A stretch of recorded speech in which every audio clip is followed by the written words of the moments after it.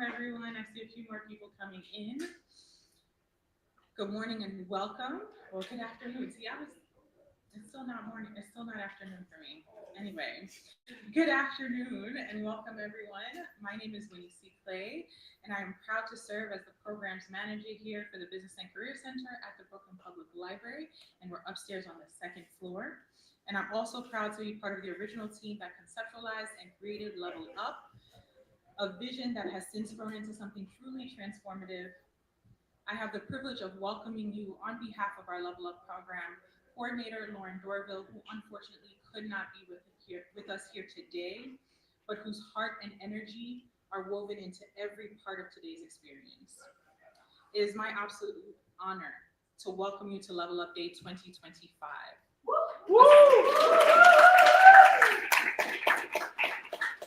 It's a celebration of progress, purpose, and the collective power of community. As we gather here during Juneteenth weekend, we're reminded that this moment isn't just about technology or even career growth. It's also about liberation, equity, and building futures where Black talent is not only recognized, but resourced and respected. LevelUP stands proudly in that spirit. This year, in proud partnership with Juneteenth Tech NYC, we come together under the theme Future Forward, celebrating New York Black Techmakers. Today, we spotlight the talent, innovation, and leadership of Black professionals who are transforming the future of technology, not just in New York, but across the country. These past 2 years have been nothing short of transformational for LevelUP. What began as an ambitious idea has grown into a powerful platform for career advancement, community building, and systemic change. From the very beginning, we've been generously supported by the Goldman Sachs 1 Million Black Women Initiative, whose bold investment in Black women has made this movement possible. So together, we have graduated 110 LevelUP leaders and served over 400 within the year. I got more. You ready? Yeah. We've earned $50,000 grant from Google's Tech Equity Collective Impact to accelerate the growth of Black technical talent.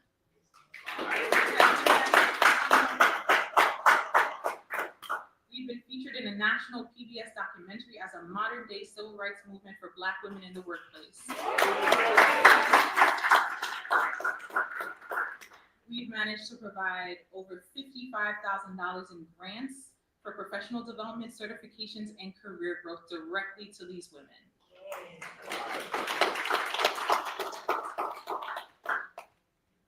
None of this would have been possible without the dedication and the brilliance of the instructors, the mentors, and librarians who have guided and supported our leaders every step of the way. You are the heart of this program.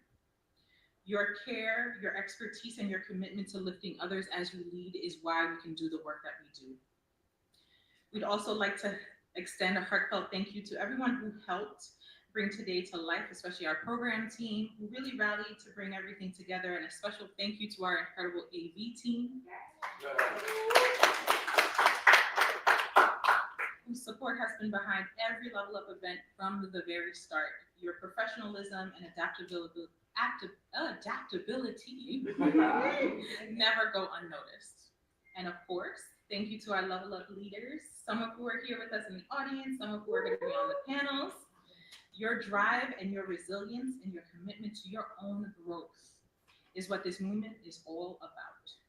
We see you, we celebrate you, and we are so proud of everything you all have accomplished. So LevelUP is not just a program, it's a movement grounded in equity, fueled by community, and powered by the belief that our futures are worth investing in. So whether you're here to grow, to network, to hire, or simply to be inspired, we're really glad you're here. Today is your opportunity to connect, grow, and move boldly and unapologetically future forward. Now, it is my pleasure to introduce someone who has been a true visionary partner in making this event come to life. She's a leader, a creator, and a fierce advocate for equity in tech. Please join me in welcoming to the stage the founder of Juneteenth Tech NYC, Etophia Lane.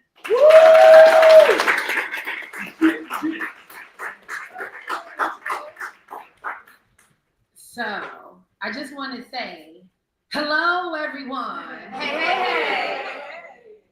So first, Juneteenth, I have to give a shout out to my ancestors. I don't have any water to pour. So, I'm going to say from the north, from the south, from the east to the west, we are still here. That's all I got to say about it. We still here. Juneteenth is so much to me. We think about Juneteenth, we talk about the Emancipation Proclamation, and that, it was read years later, and people were told that they were free years later after the Emancipation Proclamation was read. And the Emancipation Proclamation was read at Hampton University. Yes, on the grounds of Hampton University. Well, it wasn't Hampton, it was Hampton Institute. Hampton University is so meaningful to me. As I would go and walk the long blocks, if you know anything about Virginia, the oak tree sits in such a quiet area, but it also sits on the opposite side of I-64. When I look at the oak tree today, it's actually dying. And they were talking about how the oak tree is dying because of the fumes and the emissions. And it's very symbolic about how the fumes and the emissions come into Black culture and we are destroyed. But that's just the leaves that's just destroyed. But the root is what makes it strong. And so when I look at Hampton University and see that oak tree, I also see the strength of our people. Yeah, it may have taken a couple of years for them to find out, but we didn't care. We knew that we were already free. Why? Because no one could take our mind, no one could take our soul. And that is where we must continue to be in ourselves. So when I look at everyone today, I really appreciate this. This is my second year of hosting Juneteenth Tech. Last year I held it at Medgar Evers College. I must give them thanks for hosting my Juneteenth Tech. And I had Lauren Dorvil on my panel last year. And to now be a partner with the LevelUP program, it is such an honor. We have now expanded to career and resource tabling, and that is much more than what I would have thought about in the first 2 years. I'm thinking 5 years from now. So everyone here is very special to me, and everyone here is very special to the community. So if you are not in tech, today is the day to think about it, because tech is not going anywhere. And we, people of color, we must learn, we must teach so that we can grow. And we must shed love, because it's the Brooklyn way. So, thank you for coming out to Juneteenth Tech. We have an amazing panel, amazing show, amazing, great people. And with that being said, yeah, do I have some music? Or no music? Okay, no music. It's all good. So I actually, when I thought about New York, you think about tech. You think about, a few Black people. But not me. When I thought about New York, I said, there's one man that I know that must be on my stage. Matthew C. Frazier is New York City's Chief Technology Officer of the Office of Technology and Innovation. The Chief Technology Officer coordinates technology-related projects and policy across the city. A native New Yorker, born in Brooklyn. Woo! Brooklyn! committed to democratizing technology. Under the CTO's leadership, several technology offices were combined into the Office of Technology and Innovation. By consolidating all of the city's information technology offices, CTO Frazier has put forward a central strategy to bring agility, efficiency, and modernization to the city's IT infrastructure. He oversees projects to expand broadband and make city services easier to use for all. CTO Frazier also runs the Joint Security Operations Center, JSOC. JSOC is a new cybersecurity hub that allows city, state, and federal entities to coordinate efforts against cyber threats. Most recently, CTO Frazier served as Deputy Commissioner for Information Technology at the New York Police Department. CTO Frazier has over 17 years of IT experience across the government and across the private sector. Let us really give a hard welcome, okay, to the Black man, okay, the Black man who holds the highest position in technology in New York City. Give it up for Mr. Matthew C. Frazier.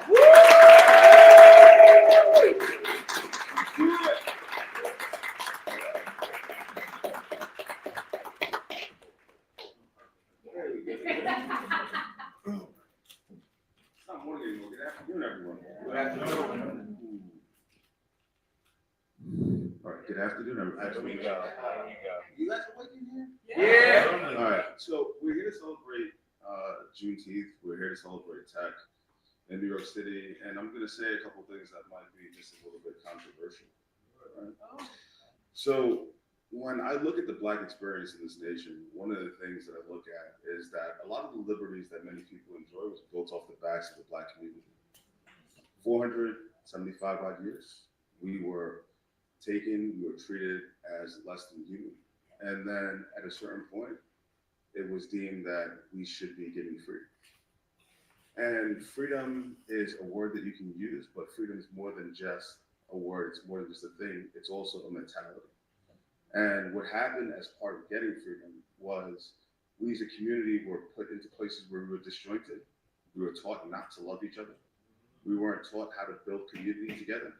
And one of the things that was broken was identity. It's like who we are as a people. So when you go to the city and you go to many different places, whether you go into the Hasidic community or you go into the Asian community, there's a very strong polarizing gravity, like a star that holds those communities together. But we as the Black community during those years of slavery, that was broken in the nation.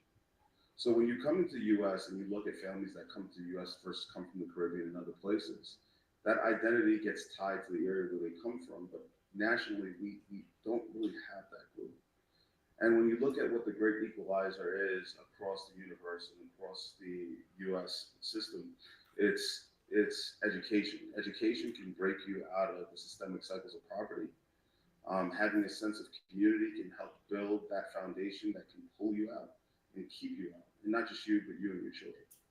So when I look at what we're here to celebrate, it's more than just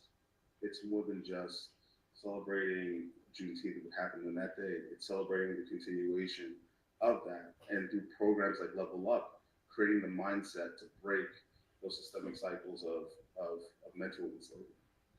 So I'm Matt Frazier, the Chief Technology Officer of New York City. I'm proud to say that I'm the youngest person to ever run tech and the only person that looks like me to run tech.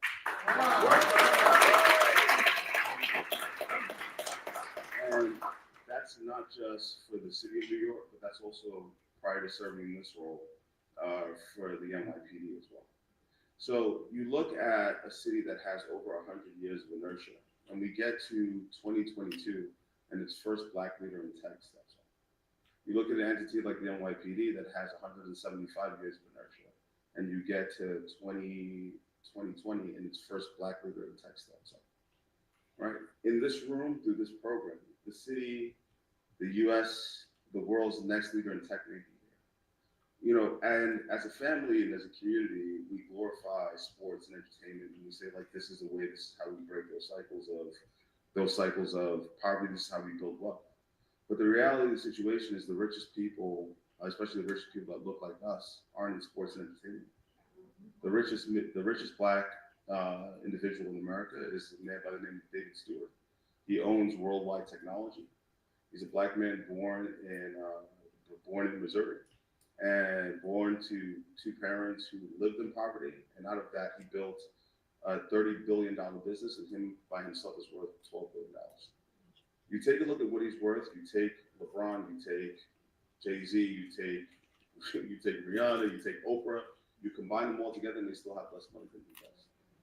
And he built that out in the technology space. So again, what we're here to celebrate is breaking those mental bonds of like enslavement and looking at what the future looks like. So I'm proud to be here with the team. I'm proud to be here with those that are focused on building knowledge around how to build wealth, how to build business, how to build community. And one of the biggest things that they're doing right now is they're creating a forum so that we can all sit here and talk to each other, right? Each one of you have helped the community in a major way. And in many cases, I'm ashamed to say that this is the first time that some of us will be able. So how can we keep programs going like this, not just on today, but every day, so that the community that we live in, the community that we grow in, can continue to be enhanced? One of the coolest things I did as a CTO of the city, last thing to say, is like when I came in, so coming from the NYPD, you focus very heavily on crime and violence patterns. You want to see, like, how can you disrupt as much violence as possible so you can save as many lives as possible? And when you look at the areas that are most heavily impacted by crime and most heavily impacted by major violence, is communities that come from people that look like us. And when you look at the large reasons behind why those patterns of violence exist, it isn't because we as a community are broken or we as a people are broken. It's a few families that cause the most violence. But then you got to go back, and like the mayor's a big believer in saying, like, it's not enough to pull somebody out of the stream. It's to figure out why they fell in the first place. So in 2022, when I stepped in, we came through three important years: 2019, 2020, 2021. And in that period, COVID came. They sent everyone home. They sent all kids home, all parents home. For the most part, essential workers were the only ones that were allowed to leave the house. And what was the biggest travesty is in public housing, over 40% of the people that live in public housing didn't have access to the internet. So imagine being a school-aged kid that got sent home with a tablet. They walked into a building and they have no way to connect. Now, everything that they use to build peership, whether it's playing Roblox, playing games, however they do that, now they're disconnected from the world, disconnected from the community. Now, all the friends and all the ways that you could build I said this earlier, your pathway out of poverty is your brain. You can use that to get out. But now even that tool is being stymied because you don't have access to the resources. So when we stepped in, there was a program that existed called the Internet Master Plan. It was a program that had $157 million of funding, and it was projected to cost $2 billion. And in the span of the 3 years that we went through COVID, they didn't deliver a single connection, not one. Crazy. $157 million, projected total cost of $2 billion, and didn't deliver one connection. So when I came in, I said, we've got this massive problem. We have people, and I'm just going to circle back around to one fact before I go too far. When we look at violence patterns between 2022 and 2023, we look at how they grew in the areas where people had limited access to connectivity, and also where people didn't have access to other recreational centers during the winter and other places where they were locked in and being reclusive. So when I came in, I said, listen, we got to fix this. Let's use the power of the city to give people access.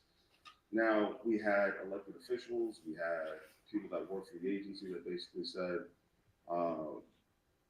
they all had a way where we could do it. They didn't want to use the big cable companies. They said it wasn't right. We should build up small businesses. It's the best way to do it. And I said, during this entire process, you keep talking about what's the best way to do it. And in the process, you're leaving tens of thousands of people behind. So what are we going to do about that? So instead of talking about what the best way is, I called all the city's cable companies. So in addition to being the tech authority, I'm the franchise authority for cable mobile telecommunications. So when you pick up your cell phone and it works, or you turn on your cable TV and you get service, those entities are regulated by my office. So I brought all the cable companies together and I said, you guys have access. You guys are in every public housing development. I need everyone in public housing to be connected. And I need to use your equipment to do that. You're not going to price gouge me. The federal government has a program that covers $29.99 a month for households. I need your pricing to reflect that. And I not only need cable, I need internet, I need basic TV as part of that. Everyone deserves a chance to have access to media outlets. Everyone needs an opportunity to be connected. And within 30 days from having that conversation, we launched a program called Big Apple Connect. Within a year from that date, every unit in public housing today gets access to free basic TV and high-speed broadband as a basic human right. And that's the power. That's the power that we as a community can do. And like I said, it's a celebration. There's a lot for us to talk about today. But the biggest thing I want to leave you with is when we walk out the room, the conversation doesn't stop. Let's stay connected. Let's stay intentional. And let's continue to build back the community that was destroyed for over 400 years. Thank you. Wow.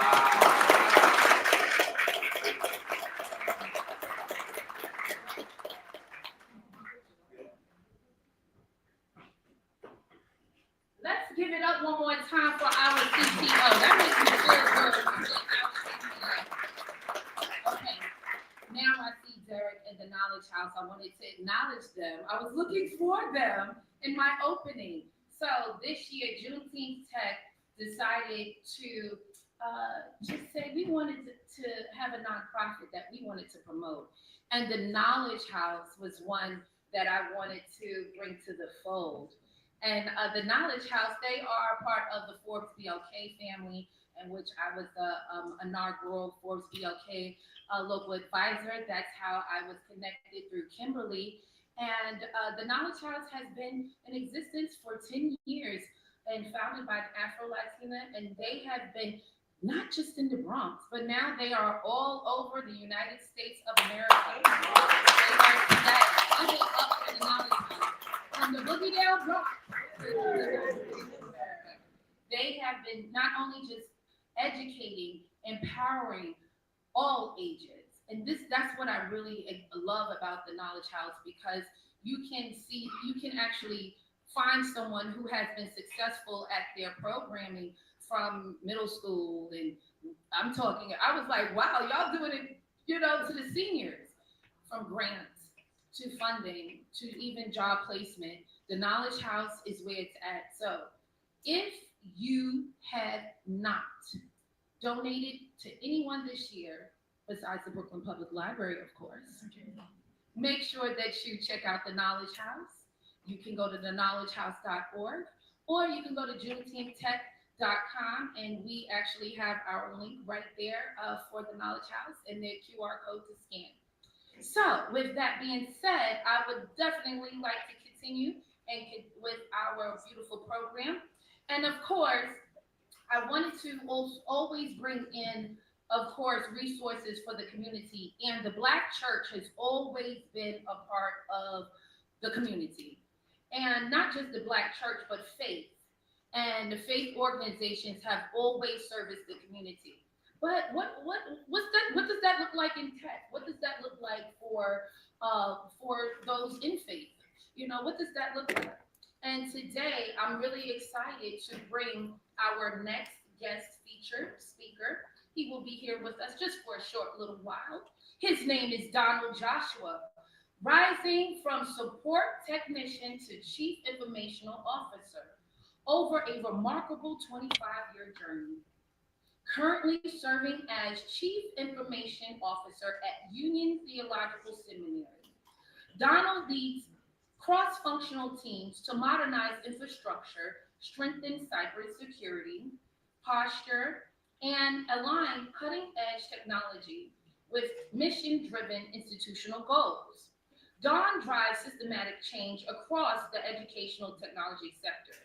As a board member and co-chair of the Academic Affairs Committee for the Society for Information Management, New York Metro Chapter. He fosters vital connections among ed tech leaders and promotes meaningful cross-sector dialogue.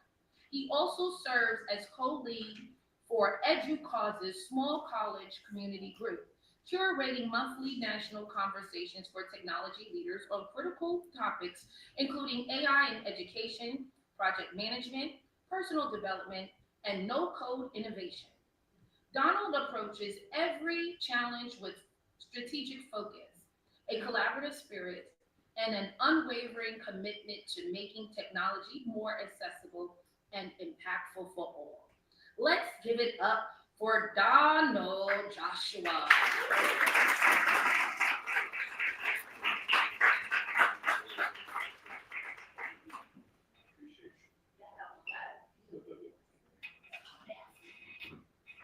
How you guys doing? That was a lot.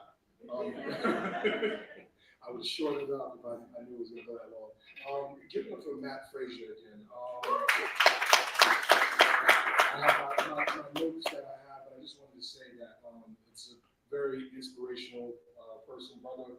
And when you get into these chief information officer seats and these VP technology seats, there are not a lot of people that look like this. So making sure that you have peers and networks that you can pull on is so critical. And there's going to be times where you're going to have imposter syndrome. There's going to be times where you're going to want to just crawl over and go into a closet and not deal with things. But and the other part that I was thinking about, and I've been with Union Theological Seminary for 25 years, is that I want to make sure that I leave the position better than what I found it as, and I want to make sure that other brothers and sisters can be able to get into the role after I'm long gone. I don't want to leave a bad taste in everybody's mouth. But so I respect, and I'm dealing with it for a small 200 person staff, and he's dealing with it for 80 departments or whatever it is. So it's a lot to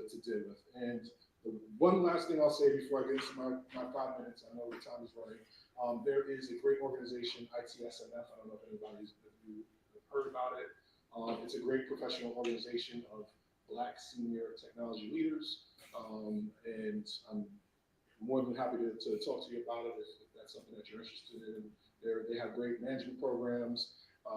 They've been a great resource to me, and just being in this space, I just wanted to bring it up. So that being said, so this feels like a bit of a homecoming for me because I used to work a long time ago, far away, in Manhattan Library. So I was the first computer page that they ever had, myself and Jay Hawk.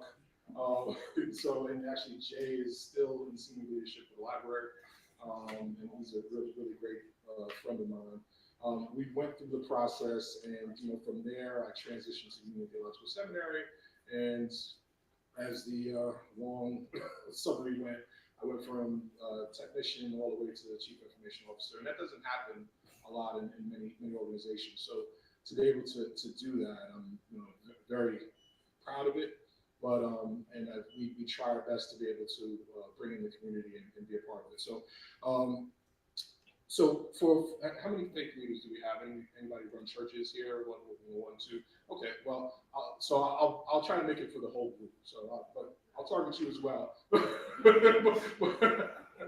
but I'll try to make it for the whole group. So they tasked me with answering this question. So how can Black churches and faith-based organizations harness technologies to serve underserved communities? So I came up with two things.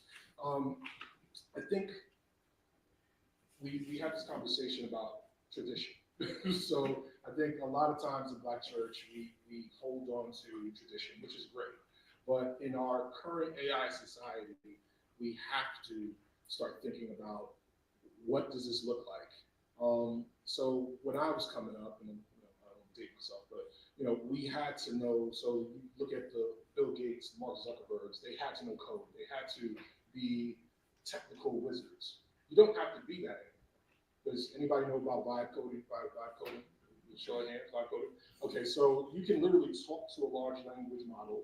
You can build out an app, or and then from there, if there's errors, you can tell it to make the change, and you can stand up a business-ready application and then you can iterate on it as you go along. So right now, when I tell all my brothers and sisters in this audience, you have a very interesting window right now where you can take advantage of it if you want to. So it's just something to think about in regards to, it's not about tech skills. It's the tech skills, it's been leveled. So now what we need to do is, do you believe in yourself? Can you project manage? Can you take a project to fruition? Do you believe in yourself? Can you execute? That's really what it's going to be. And I sincerely believe that the next billion-dollar unicorn company will be one of these vibe-coded, low-code, no-code systems. Because it's not, because we have a ton of hustle right now. Brooklyn has the best hustle in the world. I don't care what anybody says. So we have a ton of hustlers. So we come to a point with the technology where it's just about applying hustle to the tech. So, and I think ultimately, if we can do that, I see great things, and ultimately being able to bring things to our community that we haven't had, to be able to stand up a Silicon Valley type setup within our community, to be able to bring resources to our community would be a great addition. And the last piece I'll say about it is the moral imperative. So ultimately, Black faith leaders need to think about AI. And I know for some, it's this thing that they want to kind of put to the side, but AI is here whether they like it or not. So we have to embrace it. Congregations have to be okay with looking at it, understanding it. And you need to be part of the conversation. I don't know if Matt left, but he made a great point. He was talking a little bit about how someone trained a large language model on Twitter. So it took 10 hours to form bias. So these people that are in the rooms shaping AI are going to be the people that dictate what AI is going to look like going forward. So we need more than just, and ultimately, if it's just a profit motive that you're chasing, you're not going to necessarily be looking at all the damage that you make. And for us, we've, as a society, as civilization, we've always been better as a community. So we've always worked better. So we've kind of gotten to this place where people are rugged individuals, where they don't believe they need anybody, and they're trying to shed people as fast as they can. And ultimately, we're going to need people that want to foster social impact. So that being said, I want to talk a little bit about Title Fellowship Program. Hopefully I'm not running too much over. So Title Fellowship, the way I kind of describe it is, anybody know Y Combinator? Yes. Y Combinator, okay, so we're a cheaper version of that, but so this particular fellowship provides a $3,000 stipend and a $7,500 budget to build out. So we're looking for different teams of faith leaders, people who want to foster social impact in a digital framework. So just taking design thinking, what I was saying earlier about people vibe coding, using no code to be able to build out these stand-up products. We want that next technical company to be able to come out of this fellowship. We already had one cohort that actually successfully graduated. It's an 18-month program that starts in October. The applications are July 1st is the deadline, the cutoff for it. You can go to utsnyc.edu/title. That's utsnyc.edu/title to find out more about it. But I encourage you, even if you're not a faith leader, if you have some social impact thought that you'd like to get out, and ultimately, as I mentioned before, you don't necessarily need to be a great coder. You don't necessarily need to be a genius technologist in order to be able to get into the program. We're looking for people who have heart and passion that want to put their mark in this tech, and we need people who come with great ethics and great social standing to be able to make the technology better. Because it depends on all of us. We can't just leave it to Silicon Valley to just crank out the tech and then we just go off on our way and then complain that it's not representative. So we have to be a part of the conversation. If we're not, then we get what we get. So on that note, I will be here if you have any questions, if you want to find out more about the fellowship program. I thank you for taking this time, and I will get off the stage. Thank you very much. I appreciate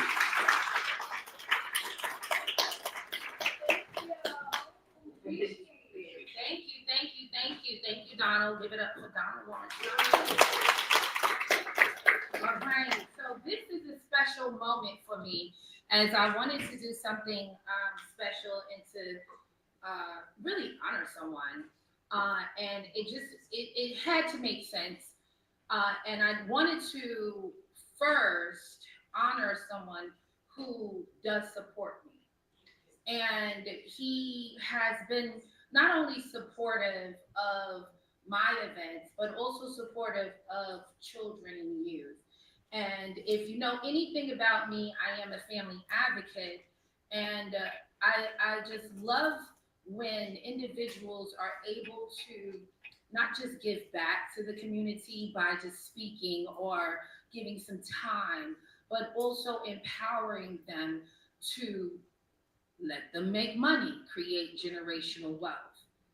So this year, I wanted to honor someone very special, and his name is Gerard Hip Hop Gamer Williams. Gerard Hip Hop Gamer Williams. Gerard Hip Hop Gamer Williams is labeled as the GOAT of the game, with an unmatched resume from interviewing the biggest stars in all of entertainment, from being a character and making music in different AAA titled video games, and for impacting the school system with his Playmakers program and signature quote, "Character is your currency." Gerard Hip Hop Gamer Williams is truly a one of one, and the rise will continue. In his words, okay, in the words of Gerard Hip Hop Gaming, if you know him, you know him. One love and God bless, in Jesus' name we pray, amen. So let's give it up for Hip Hop Gamer as we present the Jerry. If you know, I want you to understand, Jerry Lawson, okay? Jerry Lawson was the very first video gamer because he created the handheld console. And so this is presented. Come on now, Mr. Gerard. Come on now, Mr. Gerard. Yo, that toy fire, bro. That toy fire. I told you I was gonna hook you up. Wow. And it comes with a base and it lights on up. What? Stop playing with me And like it's that. heavy like that chain you Yo, got man, on. this toy It's heavy. fire. Yo, this toy is crazy. I'm inside. Oh my God. That's for you. Oh my gosh. I can't thank people enough. And speak to the public. We love you. Oh, facts. Oh, it's about to be crazy right We now. love you. I can take up too much of y'all time too. So real quick, just give you like my story and the reason why this exists now. So my grandmom's, rest in peace, she's the one who taught me how to play video games when I was 4 years old. So I've been playing video games all my life, and now it's officially my career. So the quote that I created, I own it and trademarked it as well.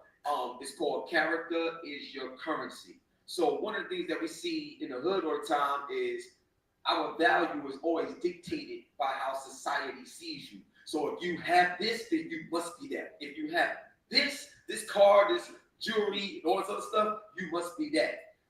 My Lord and Savior, Jesus Christ, the value is in who you are, period. So my thing is, a lot of these kids don't always see that, and they don't really get a chance to see somebody like myself come to their school and rock with them on some real, you know what I mean, and talk to them in a real way. So the quote, the way I've seen it impact different kids, it was insane. So I'm gonna give y'all a scenario of what character is your currency is, and I got video proof of this. So with my gaming program, Playmakers, right, I would sometimes have two kids come up, and one kid would battle another kid, and I would ask them, because it's a money match. They don't know how much money it is and nothing like that, but it's a money match. And I asked them, would you be willing to share your winnings? Sometimes you get a yes, sometimes you get a no. I'm just keeping it real. But a lot of times when a kid, say yes, because I get yeses most of the time, they're willing to share.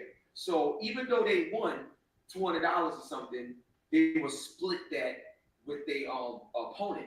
Now, what's interesting about that is the moment that they say that they're willing to share, they immediately get $400 instead of that $200. So they double up because character is your currency. You already know what it is. So now the kid that lost, you lost the game, but you still leave it with money. Why? Because you showed up. And that is the lesson that you teach, and they learn it immediately. So I'm just telling y'all as well, when it comes to one another, when it comes to showing love and understanding what community really looks like and building it, if you don't show up for one another, we ain't gonna win. Period. Facts. So one thing I want to share with y'all is it first starts with showing up for yourself. So I'm gonna tell you one of the things that I did. So my relationship with my grandmother, just to let y'all in on something very real, I was holding my grandmother's hand when she passed away. Felt it get cold, everything. Told her I love her and everything. Like, you know what I'm saying? Like, it's crazy. But in that moment, the next 2 weeks, I didn't want to do anything. Hip hop game, all this stuff was over. I didn't want to do anything anymore. And then I realized I was giving up on the sacrifice that my grandmother made for me. Remember, this is my grandmother, not my mother. I first met my mother 2 years ago in my life. I'm 42. I just met my mother for the first time in my life 2 years ago. So the point I'm trying to tell y'all, no matter what we go through, this particular program I created, the reason why I love video games, it's a sentimental value. It's not just only entertainment. It's everything to me.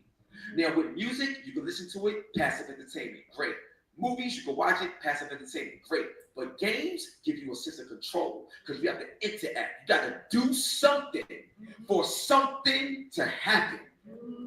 That's life.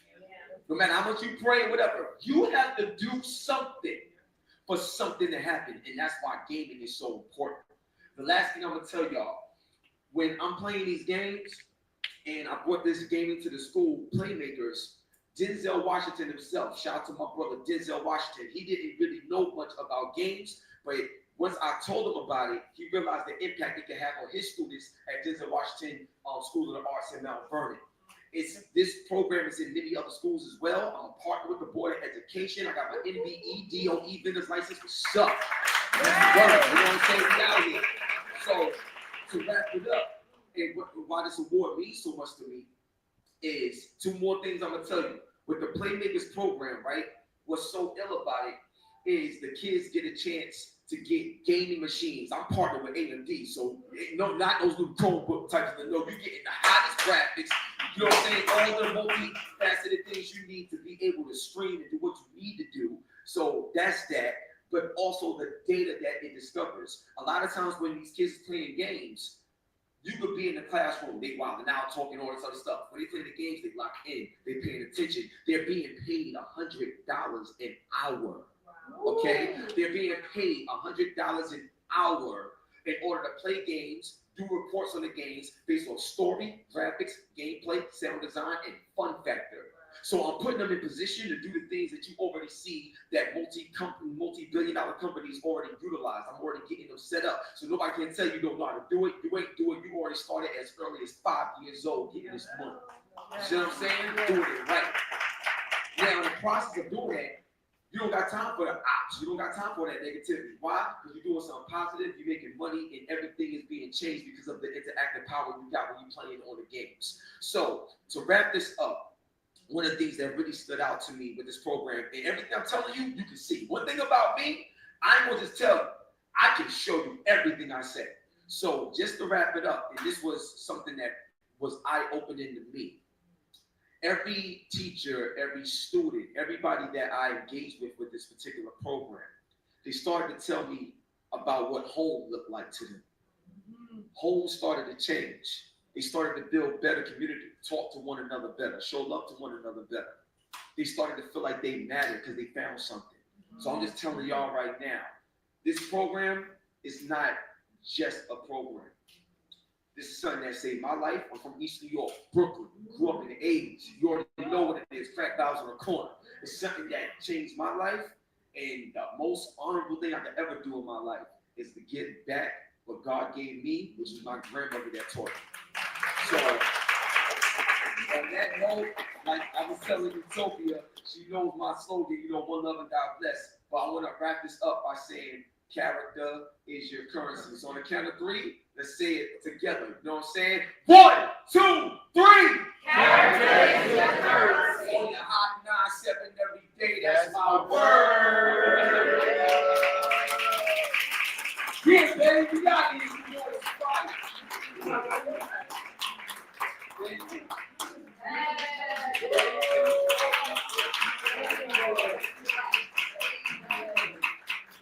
Yes, that's what I'm talking about. So we're going to, yes. Look at that, look at that, look at that. That's what I like to see. Good. So, I do want to bring up one of our community partners for a quick message. Women NYC, they are a true lifesaver. For when I needed someone to step in, I saw them at Roadmap to Billions. Once again, I tell you, I love Regina and Isosa for what they do. And Women NYC was there, .NYC was there, and I said, I really need you all at this event because of what you all do for the city. And I say for the city because it's not just for women, but it's for the city. We thrive and we are doing it. So I would like to bring up Sophia Musa of Women.NYC.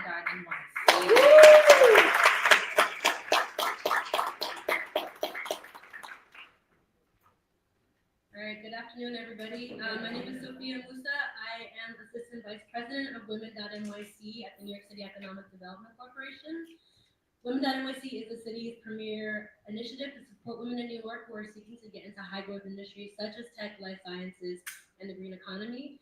Before I get into the programming that I'll go over very quickly, I just want to thank everyone here for attending and for the BPL for putting this together, and to Etophia as a Brooklyn native and someone who has utilized these libraries my entire life. It's truly an honor to come back and to be able to take part in this. I want to talk a little bit about economic mobility very quickly. That's the critical part of what Women.NYC does. We are looking at the industries where there's projected to be growth in the next 10, 15, 20 years. So tech, life sciences, the green economy. The network is our premier program. Talisa Daughtry is here, who's going to be leading a panel. And it's one of our Women.NYC advisors. We have a group of advisors who donate their time. You can go online, schedule a digital office hour with them, ask them whatever questions you want to, and really get on a path to where you need to go. We have events, we have seminars, we have another set of programs called Pivot to Growth, where we are helping women to define their career story and pivot into high growth fields where the salary is higher, there's more opportunities for economic mobility, and that's really important in this day and age. So thank you so much for your time. I'm going to keep it brief. I want to thank everyone again, and just check us out, women.nyc. If you have any questions, I'm around, Sophia Musa. Thank you so much, everybody.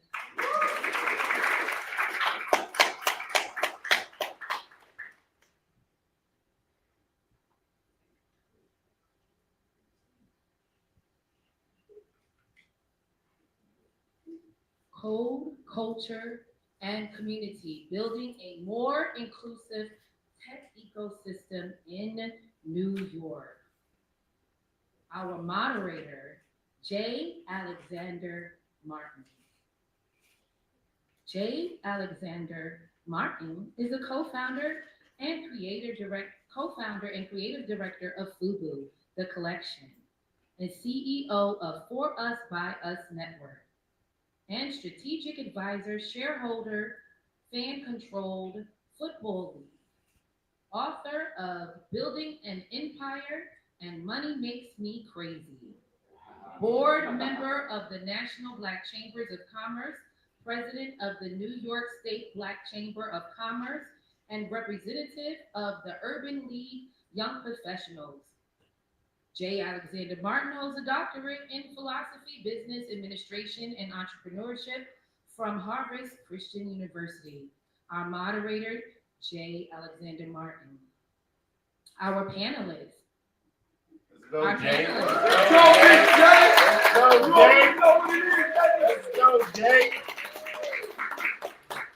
Our panelist, Talisa Daughtry.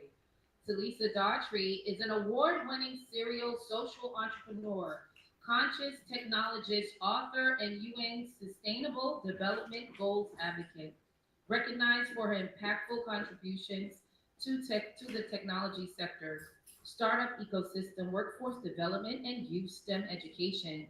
As a technology leader, she specializes in artificial intelligence, cloud computing, software engineering, Web3, and blockchain. Her impact has been recognized by UN Women, G7 EU Women's Empowerment Principles Award, the California Legislative Assembly Advancing in STEM honoree. Her impact has been recognized by UN Women.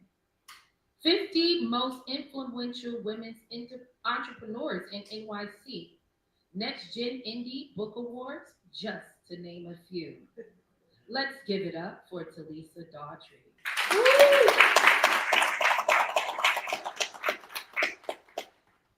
Cordero Brown is an investment associate at Techstars NYC, where he supports the sourcing, recruitment, and evaluation of early-stage startups and plays a key role in driving investment decisions.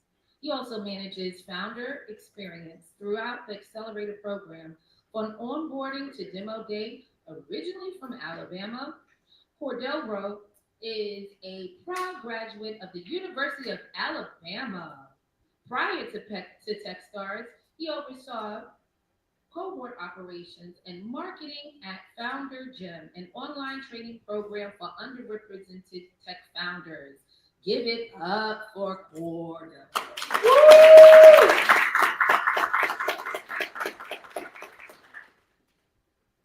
Yvonne Abutomla. I'm so sorry, I just messed that up. But Yvonne, the beautiful one. Yvonne is an experienced corporate attorney and partner at Pearson Ferdinand, represents early stage and late stage private companies in financing and ongoing transactional law matters, including formation, corporate governance, corporate setup, equity splits, employment contracts, pre-seed and seed rounds, bridge financings, priced rounds, and mergers and acquisitions. She also negotiates commercial contracts for a wide range of companies, from software companies to traditional hard tech companies. Yvonne is also the founder of Diversify, an online wholesale marketplace that facilitates the placement of Black-owned suppliers of CPG, that is consumer packaged goods, into retail stores all across America. Originally hailing from Memphis, Tennessee, Yvonne enjoys helping under-resourced founders make their startup dreams come true. Give it up for Yvonne, the Cold Culture and Community Founder.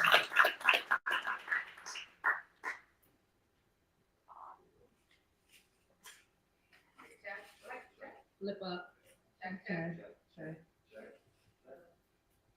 Let's get a round of applause for our panelists.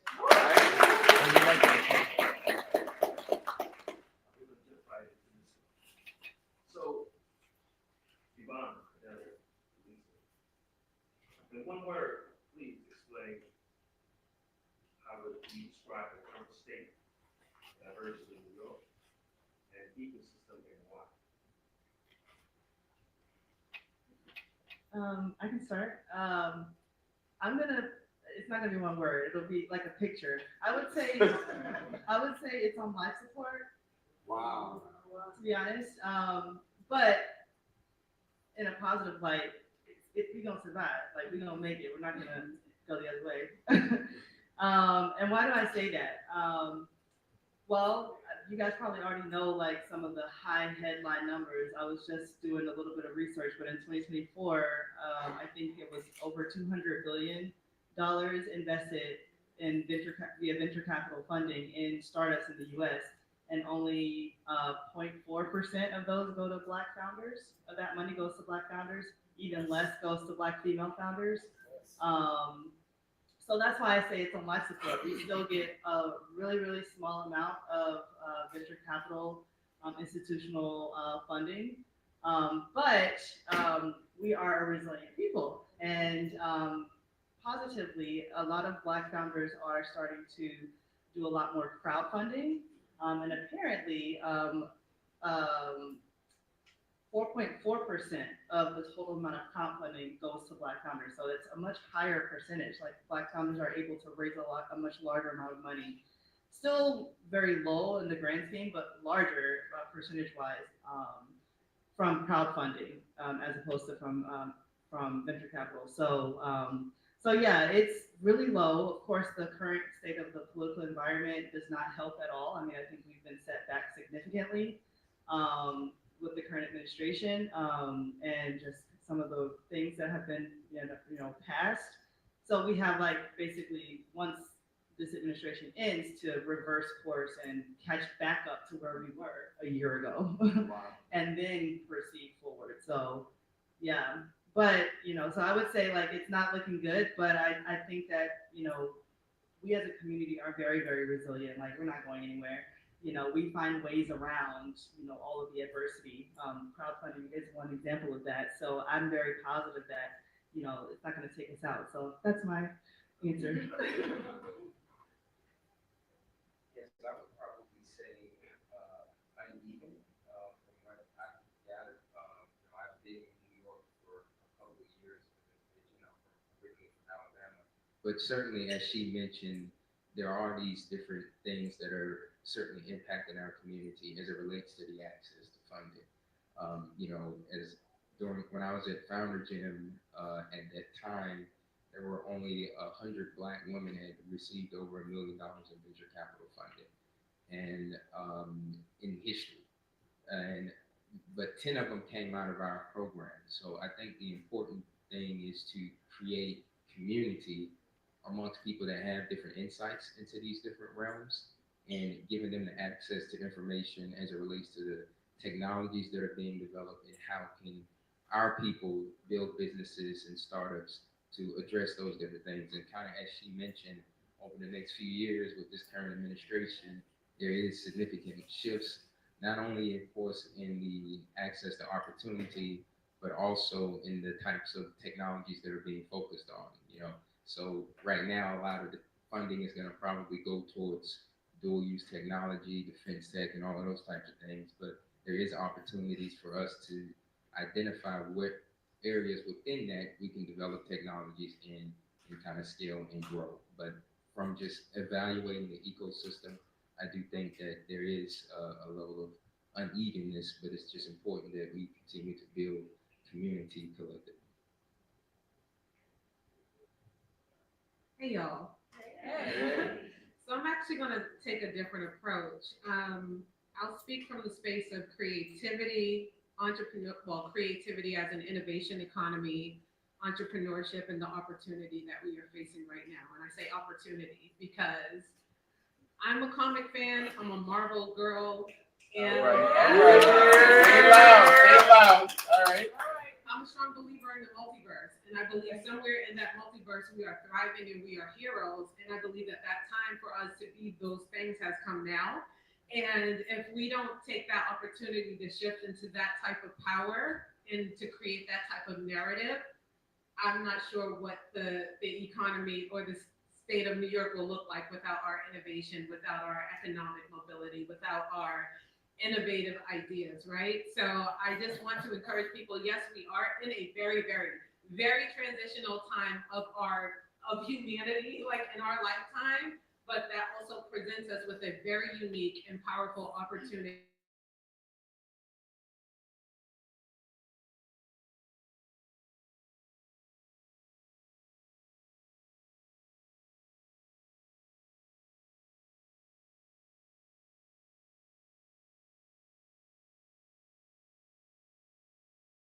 thought and voice. We're at that part in our collective experience. So if we're not all actively taking the opportunity to ideate, to innovate, to create something with our voice and with our thought, which we now have the ability to do through vibe coding and other technologies and practices, if we're not taking that opportunity, people often ask for like why I'm in tech. It's because I do see it as my ancestral reparations. I've been in this space for 25 plus years, and this is how I get all that money back from my ancestors. So that's the thing.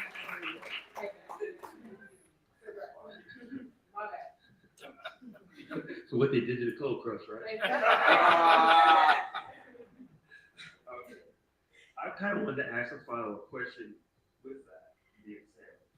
You guys gave a lot of different examples, but can you expound more on the average person just getting into tech? And again, I'm not following those and also I'll just you guys. Could you give some answers in which that person that just jumped into tech, and I give them a scenario, I'm just in the tech, I need to raise $1 billion. I come from the world of, I'm raising it myself because I want people to run to me and give me money. In the tech world, it kind of seems like, you go out there, you have an idea, and then you raise a bunch of money, but then what happens? You lose your equity. So in that thinking, how do you create your own and keep it? I'll speak really quickly to this because I've had 2 exits and I've sold 3 technology products, but you don't need to do any of that now to be in tech right now. Like there's so many tools, things that I'm a classically trained and self-taught coder, engineer, and built all kinds of things across all kinds of industries. And the things, I'm sharing that for a reason. The things that used to take me and a team and 10 years of experience and all of these libraries and all of these other things, you can literally build an app, a wearable product, a dashboard in a day. Like you literally can, will it all be correct? I don't know, but you can do it in a day. Like you literally can do these things in a day. So to the things that used to take me and I've been through Y Combinator 2017. So to go through these programs where you have to build stuff and you have to learn all of these, know these stacks and be a CTO and be an engineer for 15 years and have a dev team just to get an idea out and then prove to an investor that it's going to be worth X amount of money and that's why they should invest it in you. You can actually prove the worth of the product and the concept in about a week with a minimal viable product, which means it might not be the most bells and whistle product, but it's for you to be able to prove a point or a need for an audience or a community if you're building something. So whether that's an e-commerce app, whether that's a GPT that assists people with vegan options, I'm just using some various things. You can prove the concept in about a day, and then even try to go to market or go to people and partners in about a week. So I believe we're still going to need capital at some point to scale businesses, but how much we need, I believe in being a scrappy founder. You got to be scrappy. You got to if you don't got the money, you got to go get the money, and if you don't go get the money, you got to make the money come to you. So you can do all those things without having money, period, or having significant amount of money. Happy to share those tools and solutions later as we talk. Absolutely, and kind of to plus one on all of you said, and as it relates to, like you said, the technologies, you can certainly leverage those to reduce the cost of developing an MVP to show forth to investors or to others, potential customers, the technology that you have. One thing I will say is that, to your point about ownership, you can certainly have to take time to evaluate, is venture capital something you would want to pursue? Do you want to build a business in a more traditional way where you're focusing on creating revenue? Because one could say that gives you a lot more options and having less people to answer to, so to speak. So it's important that you really understand if you're trying to maintain ownership, venture capital doesn't necessarily have to be the path to pursue. There was another point you brought up that I wanted to that escaped me, but certainly I think that's just a key thing to really just leverage the different technologies that are out there. I would agree with both what Teresa and Cordello said. Technology is developing and changing a way that is empowering people that are not traditionally, haven't studied computer science and don't have that technology CCO background. So like vibe coding, I went to New York Tech Week a couple weeks ago. Amazing event. I mean, just like really, really great energy. And I met this one young man who, God bless him, he literally, what did he say? He built a AI that then I'm getting it wrong, but he built like something, but he used AI to build an app. So he didn't build the app itself. He used AI to build the app, which is what somebody mentioned earlier. And he was just like, I don't know what I'm doing. Like, please help me, please mentor me. And I was like, don't say you don't know what you're doing. You know what you're doing. Like you literally did this thing, right? Like that. A lot of other people probably would take them a little bit of time to figure out, right? And so, that is really, really encouraging to see this young kid who is just like, help me, I'm here at this event. I met him, right? And he's like, I don't know what I'm doing. I don't know how to talk to people and how to present myself. Like literally when I asked him what he was doing, he was like, he let me listen to an audio on his phone. And he was like, this is what I do. So he didn't tell me himself, so like mentorship definitely is something that he needs, right? But he's a brilliant kid. And he like went and built this app that like is solving a problem in the laundry scene in New York City, right? Wow. And so like, that is really exciting. And that really, I think, will help young people and just people in general push their ideas along, especially when you're kind of new to this. You're just like, our community is just like, we're stepping into it and trying to just like figure out where we fit in, right? So I think that is really helpful. AI is really like, AI is blowing my own mind, and I've been in this field for 10 plus years. So, and so then segmenting in terms of keeping ownership, I would agree. Being scrappy is really important, right? Like, and I would say, and to your point about venture capital might not be the way that you want to go. Yeah, venture capital, it takes your equity, right? Y Combinator, if they invest in you out of their cohort, they're taking 7% straight off the top, post money for $125,000. That's not a lot of money. That's a large amount of equity to give up for $125,000. That's in our field. That's small dollars. You know what I mean? Even though it's a lot for some people, but like for some of these companies that are raising 20 million on an idea, nothing like built, and that happens. Like that doesn't happen to us, but and we can talk about that later. But it does happen. That's like a significant amount of equity to give up for small dollars. So I would say, in terms of that, if we want to keep equity, like pushing your idea as far along as possible before you raise money. So you can still raise money, but trying to get it as far as possible, get that MVP out there and get it into the market, see if there's demand for it, see if there's appetite for it. I mean, hopefully you've already kind of done a little bit of that even before you made the MVP. But, and getting your company, getting some traction as much as possible before you go to investors, that gives you more leverage in front of investors to say, oh no, like this company, we're going places, my valuation is higher, you're going to get less for what you're giving me, as opposed to I'm giving you almost 10% of my company for $100,000. You know what I mean? So that's what I would say. So next question is for, in your opinion, as a tech attorney, what's one policy or legal reform you advocate for that can make a real impact in diversity in tech? Okay, so I thought about this question, and my best answer would be honestly tying diversity metrics to other sort of financial incentives. And the first thing that came to mind was this concept of ESG and QSBS. So ESG, environmental social governance, is a framework in which investors sort of evaluate companies based on how they benefit or impact society, community. This is why you see a huge push, or why we saw prior to January 2025, a huge push for diversity on boards.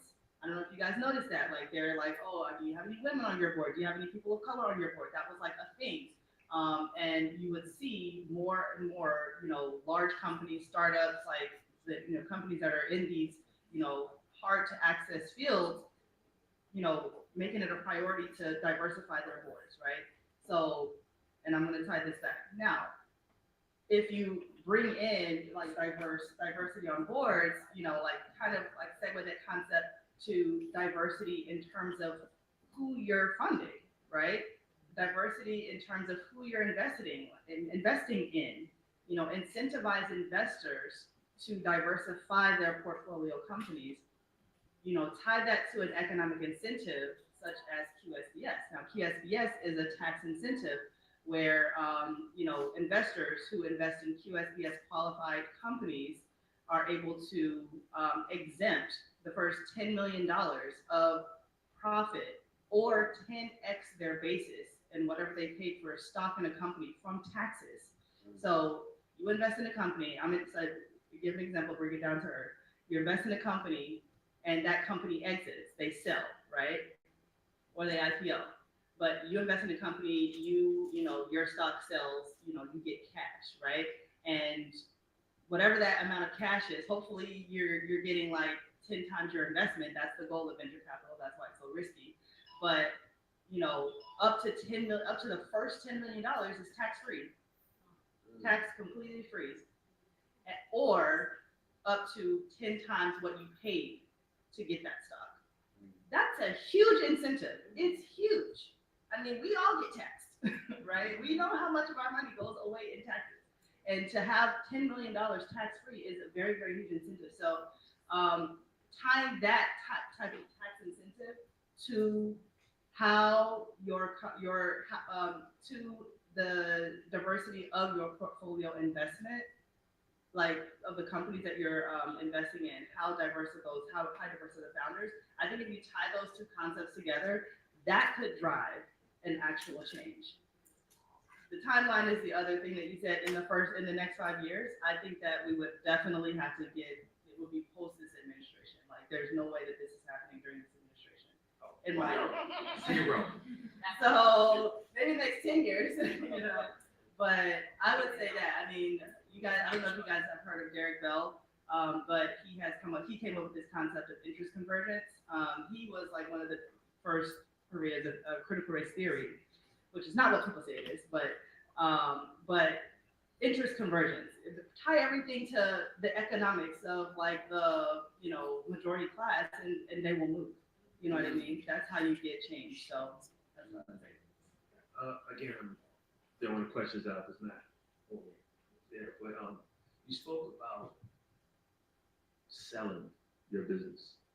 And in our cultural community, what I feel, what I see a lot of times, we don't have legacy brands. We have brands, or we have solopreneurs, but we don't normally have the legacy brands. And if we do, there's a stigma in our culture to sell, not to sell, because you're selling out. And you as an attorney, how do you educate people to make it make sense that that's okay to do? Oh, that's a deep question because I have definitely heard this, and you guys definitely jump in too, because it's tough to hear the criticism. I mean, very, very. I've heard it a ton. Obviously, Shea Moisture is one of the biggest ones. Yeah, I know it. Right, and but I would say one of the biggest things is like, okay, yes, we can have legacy brands, but we also do have to have the right to exit, to make those millions, and then go start something else. Look at what Shea Moisture, the founders of Shea Moisture actually have been able to do as a result of selling their company. They have now created the $100 million investment in Black women. Right? They bought Essence. They have done so much more. And they still, I'm pretty sure that they still own some of the company, right? And so, and I think that people don't think that all those legacy brands, they actually have souls. You know what I mean? Like, it's just bought by the same color people, but like they have soul, right? Like they're owned by the Unilevers of the world and the other very large companies. So I don't know. I do feel like it's important for our community to kind of, it's important to build the brand, but it's also important to go through the entire process, right? We should be able to exit. We should be able to IPO. IPO is still selling, right? Like we don't own the company anymore. The public owns the company, or so I don't know how to say that. I'm curious to hear what you guys have to say about that. For my exit, I chose that didn't need to be my legacy. That wasn't going to be something that was going to be beneficial to my family. So it wasn't that heavy upon my heart, but also I reinvested that money from that exit to have another kind of physical legacy of land. I needed to have land for my family. I wanted to own a home. So I reinvested that exit money into doing that for myself, and something that would outlive whatever product that was, that was sold at the time. But coming to that decision, anytime that I build something, I always build with the intention of having an exit. I just do, because I want it to, it has to. So as a sustainable development goal champion and a social impact person, when I build something, the goal is it's not for me to work on this thing forever. It's to outwork the work until the work doesn't exist anymore. That's it. So when you're building any kind of business, I don't want to do it for 50 years. I want to do it until I reach 50,000 people, 50,000 places, 50,000 people are employed. These are the metrics that I always have to have for my own personal exit. So as far as exiting a business or exiting, you have to have some kind of concession that you want to end it.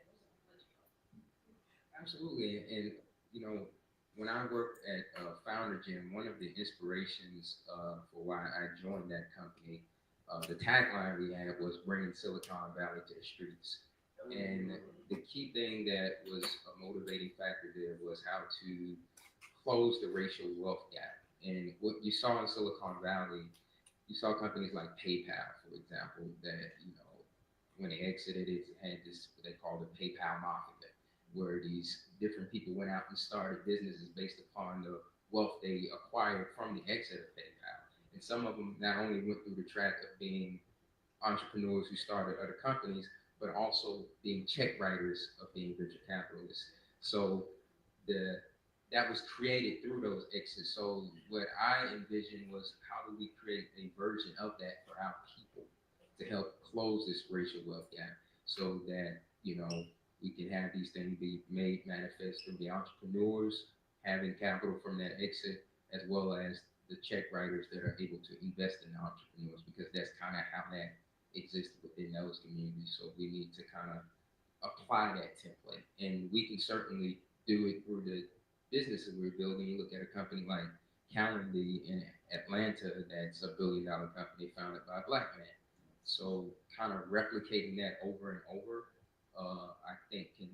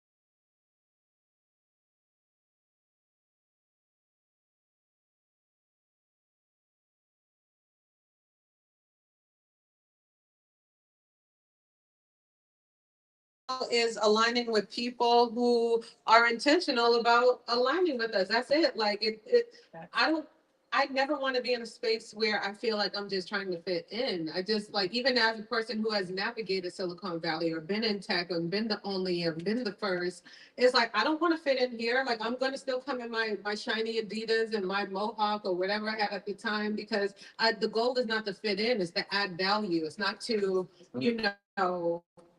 align.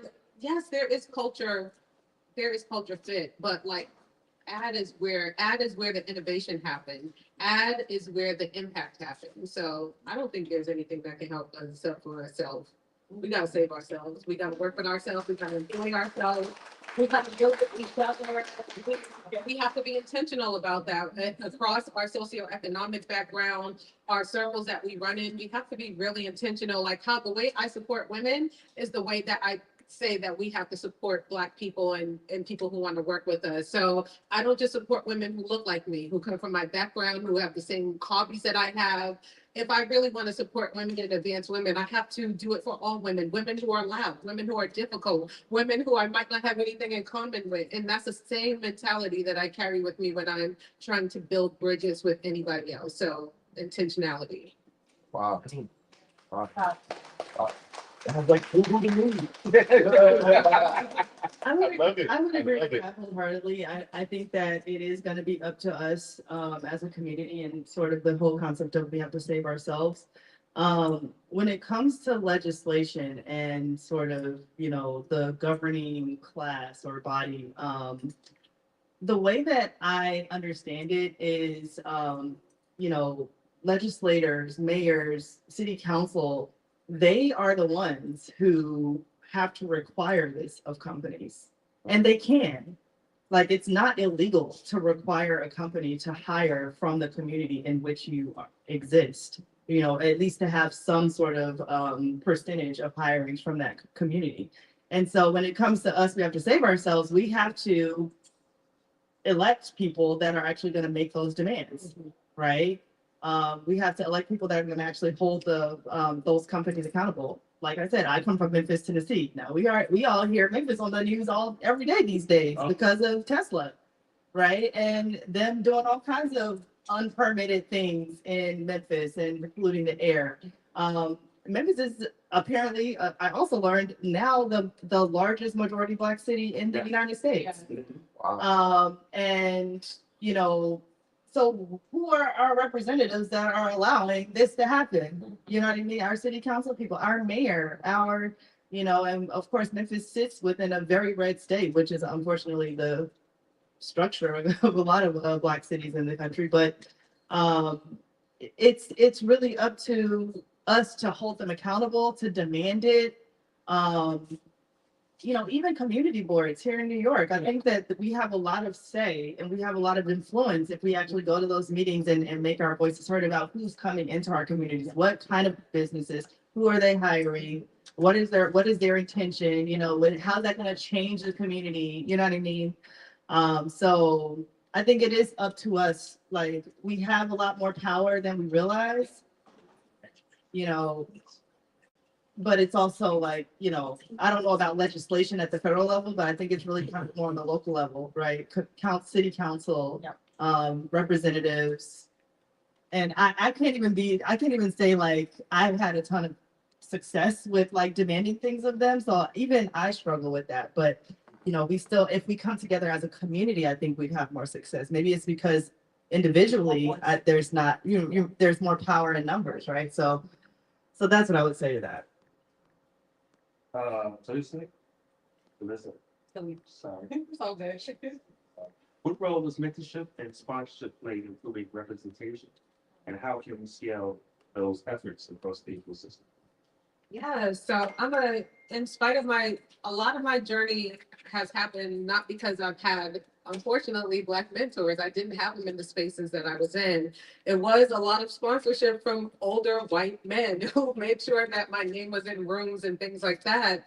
And how I actually started to change that in 2010 was when I would be invited to tech things or tech events or learning opportunities or conferences, whatever it was, I would always +1. If I was invited into a fancy room, you coming with me. So that's always been my motto. Like it wasn't something that someone made me do. I always just +1, tag along. And sometimes the +1 wasn't even people that I knew or who, I just knew they were interested in it. And to do that through LinkedIn became easier because if I knew something was happening, if I got an invite, then I forwarded it to someone else. So then it became like things like that. But my intentionality around mentorship started in 2015 when I was really in this place of my career, my professional tech journey that I desired to be poured into and I didn't have it. And the mentor that I had at the time wasn't a good example of a mentor. And instead of letting that make me bitter about the mentor experience that I'll never reach out to a woman who is a leader or who looks like me or things like that, I said, no, I wanna be better. Like I really did. I remember feeling so frustrated that I couldn't find one in the first place. And then thinking that this woman wanted to take me under her wing, I knew that I was going to be that for someone else. And then it wasn't formalized. It was just like I would be somewhere if I was like, I already did something. I already negotiated a higher salary. I already negotiated another position. I already negotiated this thing for myself. How can I use that voice and that language to share with someone else to do that for themselves? And then it started being like this informalized thing.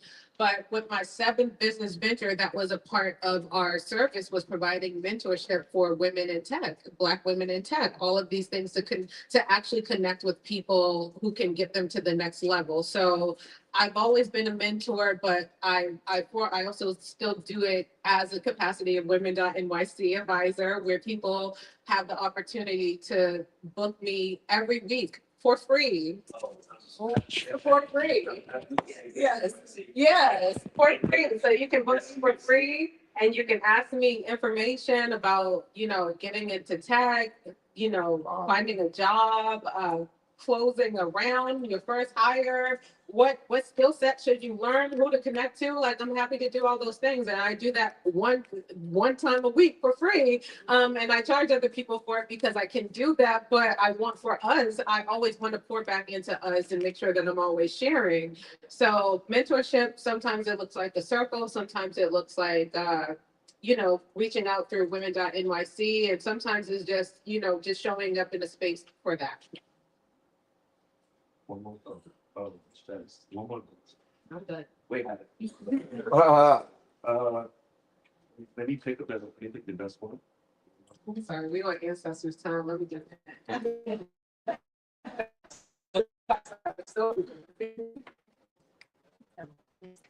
Ready to go. For Women.NYC, that's where you can find me for that. But for mine, you can go to my Calendly to Lisa Daughtry. You know what? I'm gonna skip these ones and I'm gonna make a point and let's talk about that point. That's great. Go ahead. Sorry, I'm so tired. We're gonna talk about mentorship because I think this is a great way to end it. And I want to throw something out here. If I give you a chance to talk to me, correct? That's what I'm saying. Facts. Facts. Oh. Have your ducks in the order. Yeah. Have your stuff together. Do not get on the phone with me and talk about everything else. And then 45 minutes it up and you're done. I know, right? 20. Nah, 45. Because at the first 10, 15 minutes, they're saying hi. And then somebody's crying in the background. And so you got to at least give them the grace period, right? But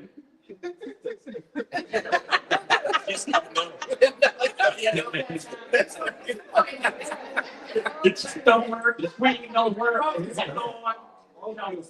All those things. Again, give me some challenges, but some things that you want to tell the people out there when they get you into the room, what they have to do. Yes.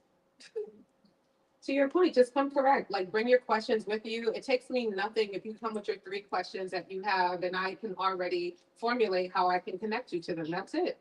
Simple. Yeah, and just, follow through, understanding Amen to that. about the facts, absolutely. And it's the value and the time that's being spent. Like my first, foray into this ecosystem was be at a company, Founder Gym, and before that, she had the founder of Founder Gym had like a mentorship program. And the reason she brought me in as the first hire for Founder Gym is that when she was mentoring me, after every session, I would follow through on what she said, what she had asked of me, that I actually went out and did the work and kind of used the philosophy of getting 2% better each day. I was, from a very rural part of Alabama that was completely unplugged from Silicon Valley, but I had a yearning for knowledge. And with every session, I tried to really value that time, because time is very valuable. So if someone is giving you that for free, you should really, show forth that, you're contributing in a positive way. You're leveraging the insights that they're providing. Yeah. And I would actually take it a step back. Before you get, like, half the battle is getting the meeting, right? And that's following up. Someone helps you to get a contact, or you meet someone at an event like this, and they give you their personal email, like you've got direct access, and you reach out one time.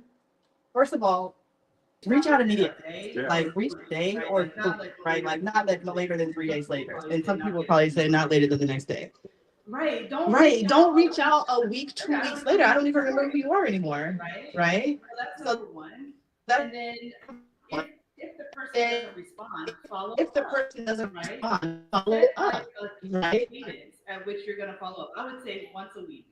And I would say actually in the beginning, like first email, 3 days later, send another email. Then wait a week and then send another email, right?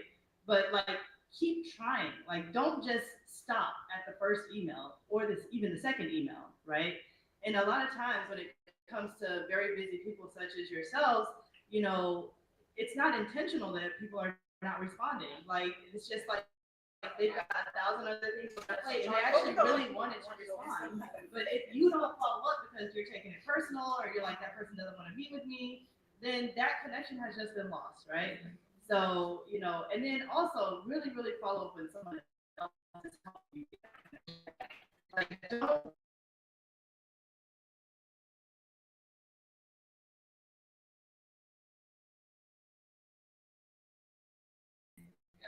right? Like you look good on them when the person that you told your contact is gonna reach out to you didn't reach out to you. You know what I mean? And so like I would say that follow up on the front end. Then when it's actually in the meeting, come correct, write your questions down. I would actually encourage you to like write it, put it pen to paper, because it'll help you synthesize what you're actually asking. A lot of times when you get on the phone 45 minutes later, it's because you're talking about all these other things in your mind. Your mind is clogged and you're not really getting at the heart of what you need help with, right? Until like you talk through it, which was not really the best place to talk through it with, right? That's not the person you should talk through your thoughts with.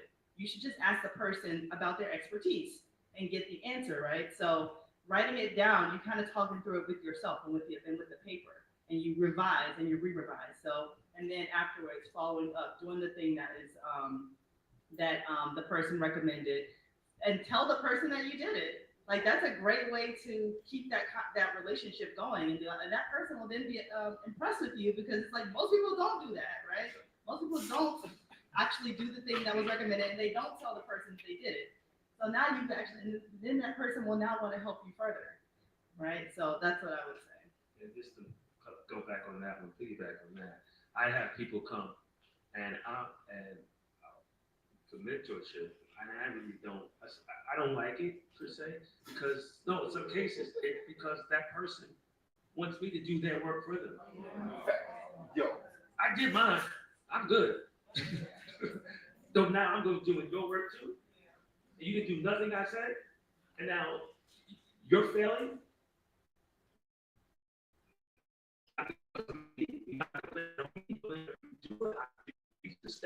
Now, another thing is, you're like,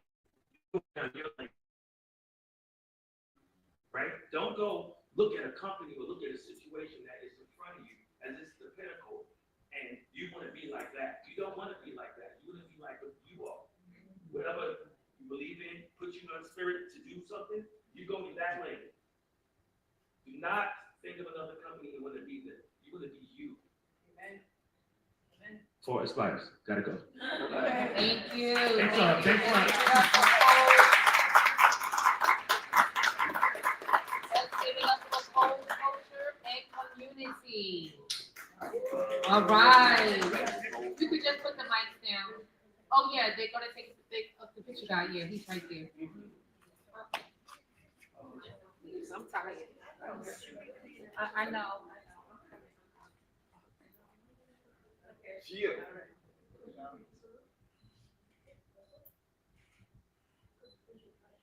All right, give it up, give it up.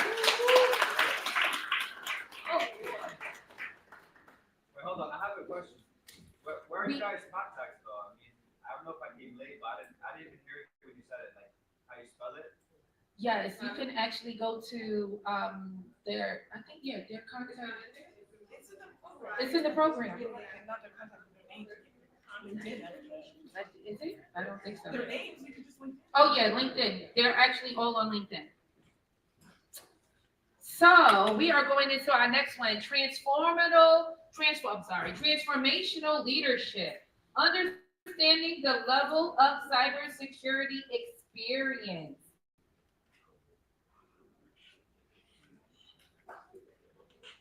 All right, our panelists for this one, we have an alternate moderator.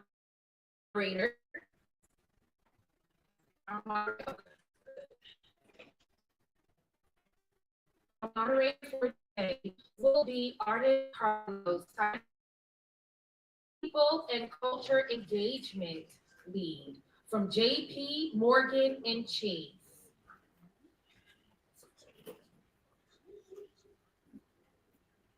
Naja Mohammed.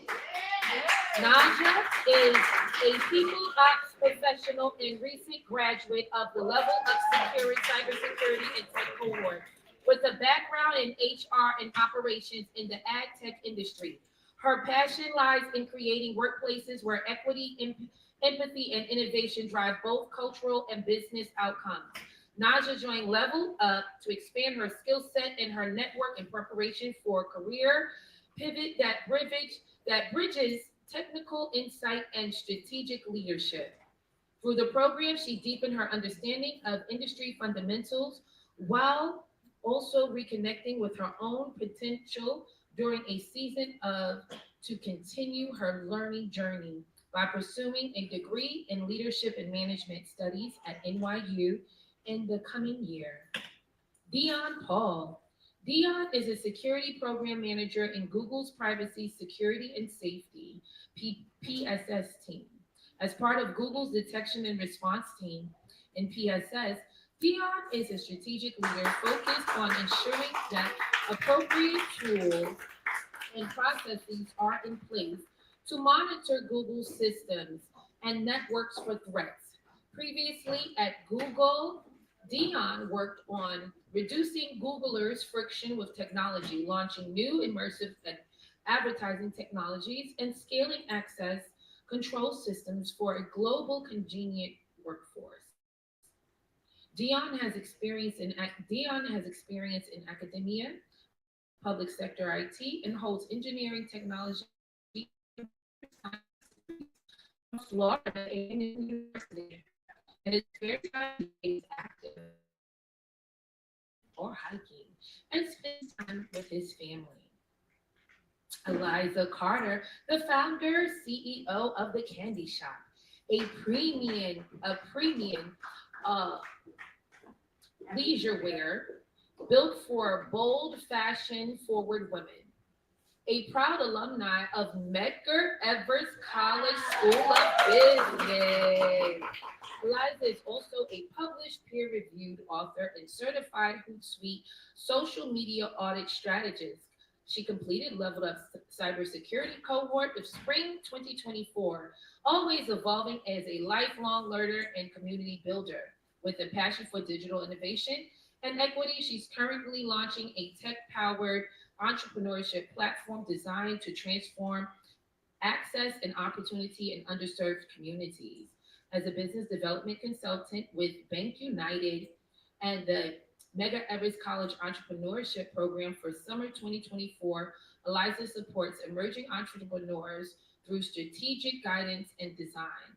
Her life's work is clear: bridge the wealth gap through tech-driven entrepreneurial approaches that empower, educate, and elevate. Transformational leadership, understanding the LevelUP cybersecurity experience. Thank you. And thank you all for joining. So Naja and, am I saying right? Alyssa? Eliza. And did I say right? Naja? Okay. With a name like artist, I have to ask this. My name is in Bata, so I try not to do that to no one else. So we're gonna shift a little bit on time. We're gonna cut some questions. So I often tell people that I'm an accidental technologist. I fell into cybersecurity. So I'd like to ask, like, what inspired you both to go into cybersecurity and your level of how did that shape your career?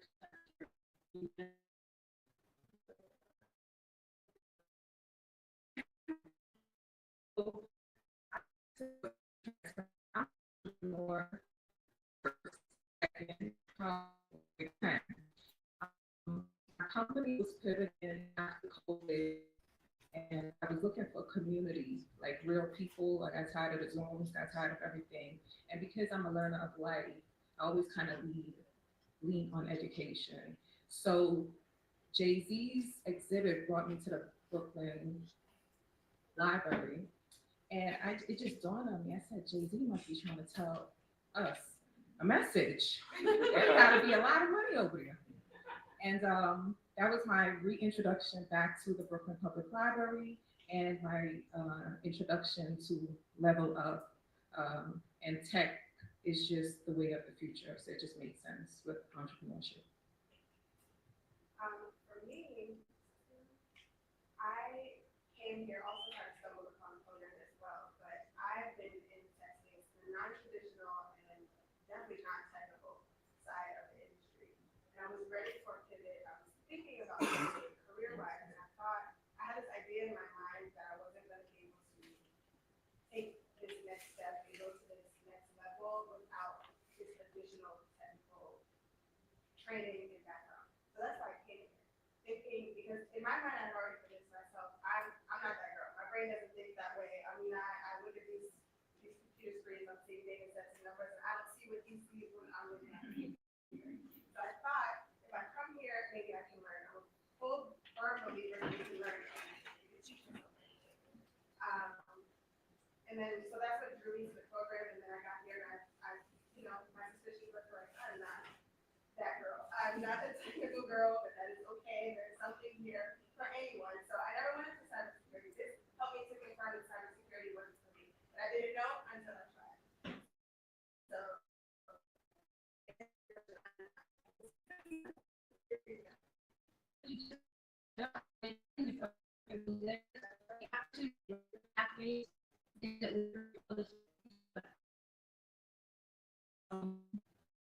in a growth journey, when you're finding or looking for information, this is kind of what it looks like. And when you get in these communities, you figure out, you hear the information to understand where you don't want to be, or see an opportunity of what you could be.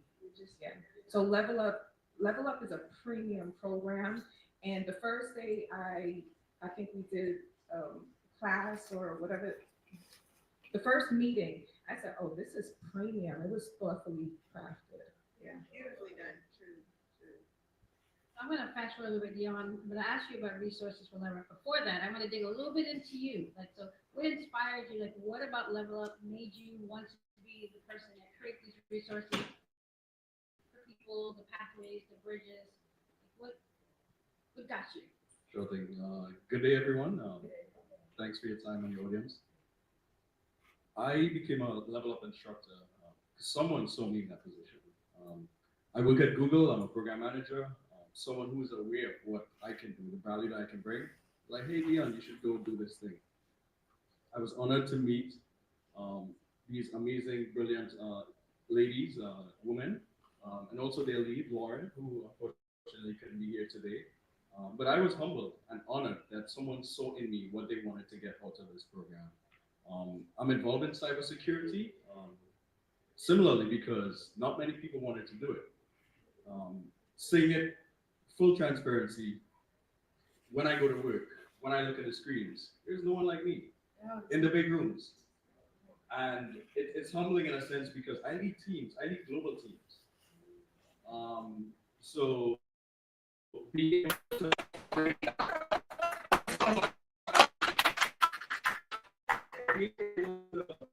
translate some my knowledge,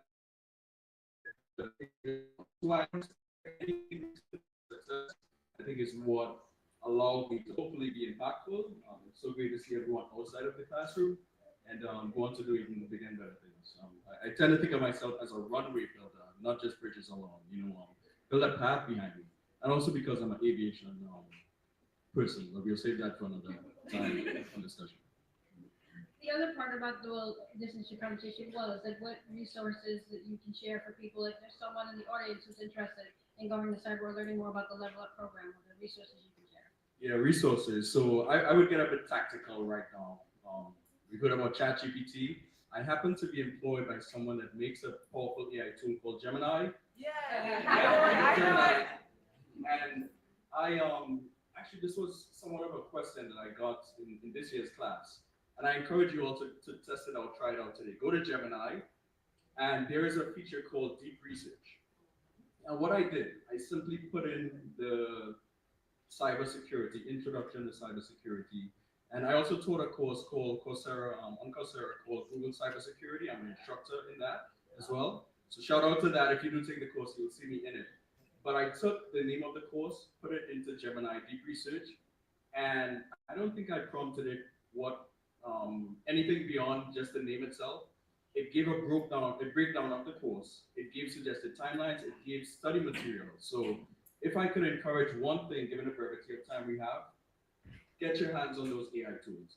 Get familiar with it. Try it out. Specifically, Gemini Deep Research, which is currently available for anyone to try at your fingertips. Give it any prompt. Get familiar with it. Specifically for the LevelUP program, I encouraged the Coursera course to do that. And it's just another avenue to expand your cybersecurity skills and to complement some of what is being taught in my course. So that would be one thing I would recommend, a resource. Can I add on to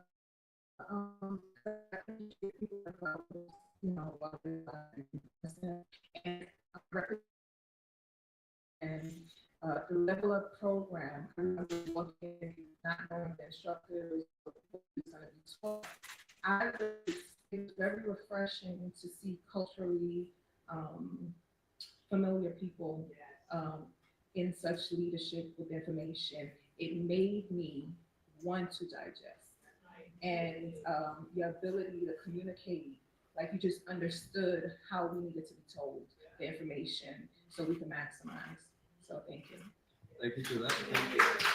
I also want to add in as well, flowers. I wouldn't be who I am without, and this ties back to your earlier question around systems. It's so good, it's so important to have your tribes with you. I have my tribe with me. Where's Auntie? My aunt was just, oh, there she is. She's here with the camera. Shout out to my aunt. But I can't do this without my mom, my grandma. I have a young daughter. So things that I do that I encourage people to look at, I think about what would my daughter want to get out of this, or what would I want to leave her with? Because I'm all about legacy. I don't know it all, but we'll figure it out together. Is the way I approach things, and that's how we're able to make problems. So shout out to my tribe, especially strong women who have fostered that in me to be able to give back and be who I am. So I can't do it without them. That's a big system. Find your tribe. Very true. Very true. Naja and Elijah, what advice would you give to other Black women who are curious about pivoting their careers, but they're unsure if they belong in the tech field? And I'm also going to tell you this, Dion, because you're doing so much around women and technology as well. I would say, like what Dion said, find your tribe. And also, I think Black women need to know and always remember that you should never be unsure of where you belong. Wherever you want to be, you belong there. You don't have to worry about if it's possible for you to break it anywhere. Wherever you want to go, that's where you should be. But find resources, specifically if you are sure where it's going, it will help you find that. All you have to do is put yourself out there, share what you're trying to do, tell people that you're thinking about pivoting. As soon as you open your mouth, people start helping you connect the dots. When you think that you have to do it alone, or if you're ashamed of, wanting to make a pivot, you're this far in your career, now you want to go somewhere else, it's scary and it's stressful. And so we tend to keep those things to ourselves. The best way to remedy that is to open up and tell people what you're thinking and let all the resources come to you, and seek resources, seek communities, seek tribes. If you can't do it in person, do it online. There's so many resources online, social media platforms and things. Like, you just gotta put yourself out there and find people who are doing what you want to do, or doing what you're doing, or going through what you're going through, so you can go through it together. That's the quickest way to get where you're going. I agree. And to add on, I would say usually when you're looking for growth, there's a lot of noise. So you have to figure out how to stay still and trust the process. Trust your process of confusion, trust your process of doubt, trust your process of knowing where I'm at, that something isn't right. And that's enough for you to start to inquire. And for entrepreneurs specifically, I think it's important to figure out self and the mind, right? And even if you can't get to 100% correct, understand Sean Carter, I never cared about his business, but his music, but I appreciate his business sense. And from his music, one of my favorite lines is, "I'm not a businessman, I'm a businessman," right? So as creators, especially creating from scratch, there's no blueprint for you. So your mind is the blueprint. So you have to know your strengths, your SWOT analysis.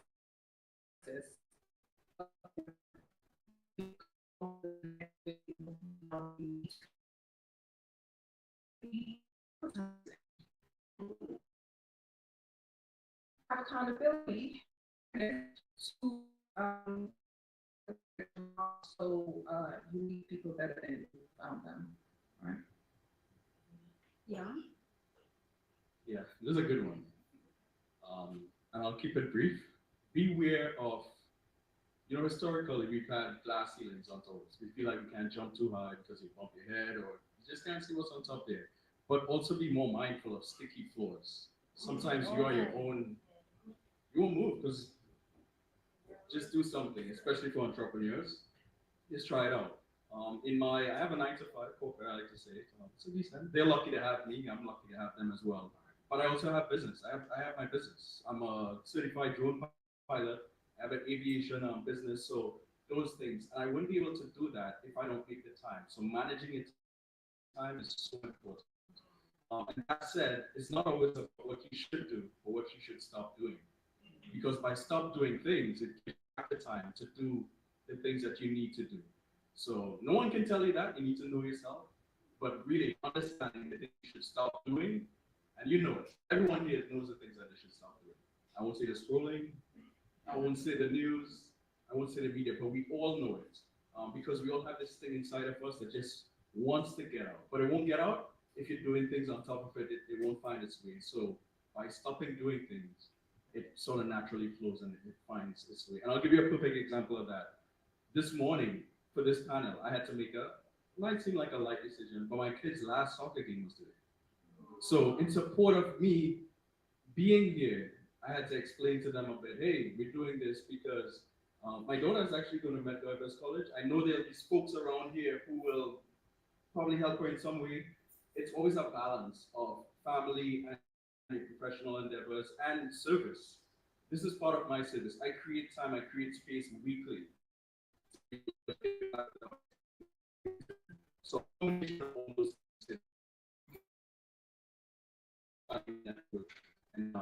letting this work, how you sharing this work. So that was And often, like, so in high school students in university, so they have exposure to like cybersecurity and technology leaders. I didn't have that growing up, so it's something that we do, we love to do. We often talk about like the certifications, the degrees, and the skill sets, right? Something that you all are touching on, a very important skill set, is having the ability to create and sustain relationships, right? You're creating relationships for your children, you're creating relationships for the generations to come, like the leadership program. So, I mean, there's one I'm kind of, and I hope I don't be so for this, I'm gonna ask one quick question that's kind of off book, but I'm sure that you all can do this. When I say leadership or leadership, what's one or two things that you think about? Just from the information that you gave out, when I think about leadership, I think about the representation, the women that look like me and the men that sound like my family, that made the process a bit more comfortable for me to continue going against, the stream. For me, I think leadership means mastery of yourself, knowing where you're going, and once you're comfortable in that space, helping others to do the same thing. I see leadership as service. The best leaders are the ones that serve the people who they have as their reports or under their purview. So it is in Going back to this relationship. Yeah, I'm getting a feel of a lot of culture, community. I mean, that's what Thrive is all about, and that's how we thrive and we grow, right? If we have another program, feel like a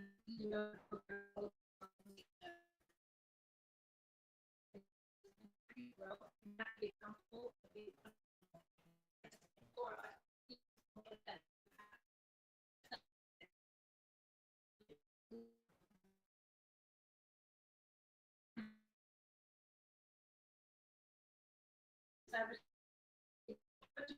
innovation. And are there any projects and ventures that you're excited to share with us? This question is the one I think I prepared for, and now my notes have drawn blank. Because it's so exciting, just to be here and be in this position, and to even think that people pay attention to what I have to say. Because a lot of times I'm in my head. But I think knowing yourself could allow you to really flourish, like really getting deep within. To your point around ignoring the noise, sometimes you just have to quiet it. And the answers you seek, if you're an entrepreneur, you might be this idea you want to do. And then you just take some action towards it. I think is important. And not being afraid of failure. There is so many lessons to be learned. Some may think of it as losses, but try it. I'm an entrepreneur myself. I don't like to say I have a side hustle or a small business. I'm an entrepreneur who just happens to have a job at Google. And that allows me, gives me flexibility to do these sorts of things. So I think really knowing yourself, knowing how you can bring value to spaces, not just contributions, but how you can be valuable. In my day-to-day, I get asked to be in things a lot. I'm not thinking about it as well. Because people see the value that you can bring to something. So that won't be possible without me having some sort of brand. And we tend to, there's a balance between your ego and your brand, but your brand is really what people associate you with. So it can get egotistical, be like, hey, I do this and this and this, but it's the right balance for knowing yourself and connect with others and see how you can bring value, even if not now, in future, I think is important. So that's one thing I would encourage entrepreneurs: know yourself, know how you can bring value, and just keep working towards it. It can go a long way. I want to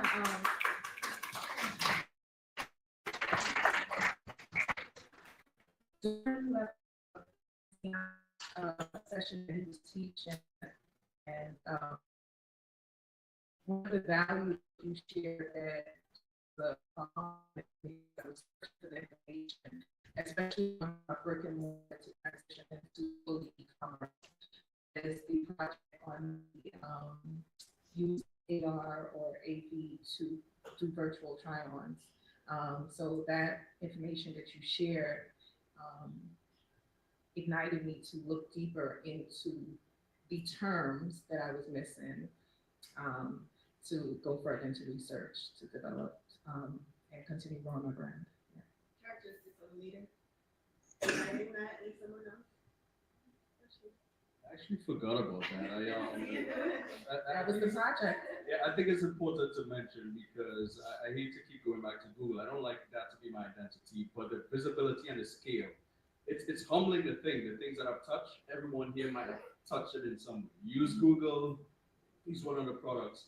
But the specific thing that was being mentioned is I helped to create one of Google's latest ad businesses. So a money printer. Google is an advertising company. And to see the ad ecosystem, the infrastructure, and then to have the domain knowledge to map it to fashion and technology, because we built immersive technology. Think beauty, you could try on makeup. We actually were in the office, some folks had lipstick on, I had on makeup, just to test the fidelity of the things that we're making, make sure it could work for the world. And not only that it could work, but our skin tones, inclusion is factored into that. So mapping that intersectionality of things, I think was important. And I forgot that I mentioned that. It seems like, again, and hearing folks and understanding how you can bring value, I think continue goes a long way. Very good. So Naja, any projects you have upcoming that you're working on that you want to share? Well, I've decided actually through LevelUP that again, the technical side of things is nothing and that is okay. And part of the program is helps to reinforce that, you know, the things, the ideas we have in mind that may be holding back, it kind of is your world a little bit. So the things that I had coming into this program that I thought about myself and my career and what was next for me, I was able to shed that in this program. And so what I've decided to do is just reinforce what I was already doing. I'm in people ops and human resources in the tech space. So I'm going to keep doing that. And I've also decided to go back to school to just reinforce those skill sets that I already have. So that's where we're going.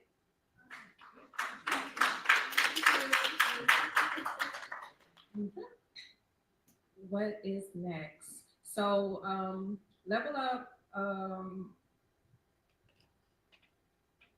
there's a space in LevelUP for non-techs and there's a space for techs. So just in case you may feel overwhelmed that you're a non-tech, I'm a non-tech, but I'm an entrepreneur first, second, third. And being in the LevelUP program and understanding the language that I need to be able to communicate to my teams that are the tech teams was very beneficial to the point where I heard previous speakers touched on building businesses that you're going to, legacy businesses that you could sell, because as an entrepreneur and as a creative, it's in you, right? So if I could do one, I could do 100. I also got familiar with failure, right? So when you fail, you learn, right? And you don't fail if you do nothing, right? So when business was finished, I'm like, oh, I thought I would be doing this forever. Oh no, I got time. I see problems. I see opportunity. So moving ahead, I'm working on a tech-driven educational platform specifically entrepreneurs and coming entrepreneurs to serve underserved communities and how to use technology to build community, specifically courses called so it's a no-cost startup. Leverage your partnerships, the Googles, the Instagram, the TikToks. It's a no-cost startup. Okay. I'm kind of getting the nod, so I just want to wrap with it. Each one of you just say where people can find you if they have questions. Like 30 seconds. You can find me on Instagram at the Candy Shop NYC. You can also find me on LinkedIn, Aliza Carter. Yeah. LinkedIn, Mohammed. Yeah, LinkedIn as well, Dion Paul, and shout out to my business, Right Fly View. You can check it out on Instagram or check out the site. Thank you all. Thank you. Thank you. We will be having a lunch and learn. Please grab your lunch and then you will head upstairs via elevator for 30 minutes and then back down here. We are running late. We do understand. Please, we understand that our time. We love you all. Thank you. And we have a great second half. We have waffle and chicken and chicken sliders.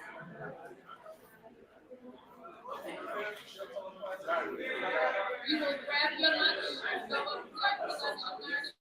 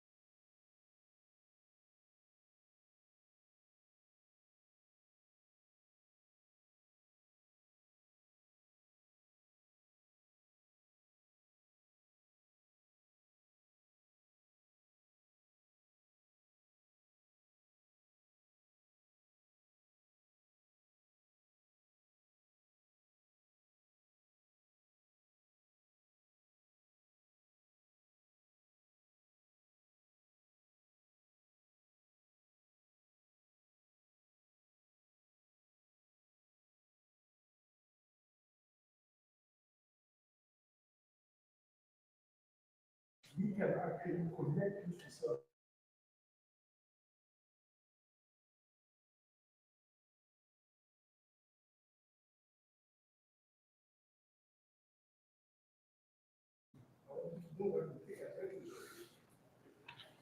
We also have one of the key services access to capital, money for your business. So when you work, if you want to walk into a bank, a traditional bank, and say, hey, what I need 100K, what is the likelihood that you get that money? It's really not easy. So what we do, we actually help businesses get bankable funding, right? We work with them, we make them wait, we look at the credit score, we look at the cash flow. We don't just send you that, but on top of that, our partnership with dozens and dozens of banks, right? Meaning that if you're looking for contract financing, if you're looking for equity, if you're looking for, we have, if your credit score is low, right? We match you where you are with a lender so that you can get the money. Be very creative, right? So that's what we do. We have partners, get you ready, with risks so that you can get the money. In terms of the tech space, I don't know if you've heard of equity platform. Yeah, we go. So we also have this partnership. So really it's about understanding your story, so you go in, what you before, and then you break, you give all this information so that you can actually get that from the other people. So this is a result that we have.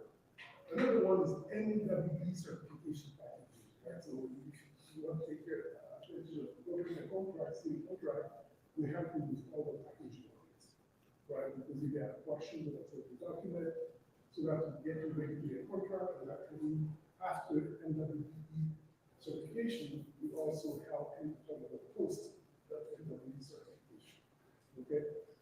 We also help with business education. We have classes in American language, right? Marketing, operation, finance. What I'm bringing also starting September, some series about AI and businesses, right? So this is something that, you can find us on Eventbrite, right? SBS, and you find us free classes. So that's that. So we also help with license and permit. You don't know what you know. You look at business. What type of license do you need? What type of permit do you need, right? So we help you, decide, see what's out there as well. We have this training. Have you heard? Let me give you an example. Let's say that you want to train as you go your company. You have at least 10 team members that you want to train for, let's say, project management fundamentals. We feel that is going to boost the productivity of the company. We have a grant where you can actually get 70% of that reimbursed to you. The training is going to cost 25K, 60 to 70% will be reimbursed to you.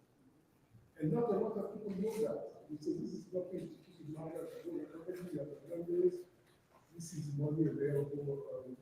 We have to recruitment as well. Right? We need to hire folks at no cost to you.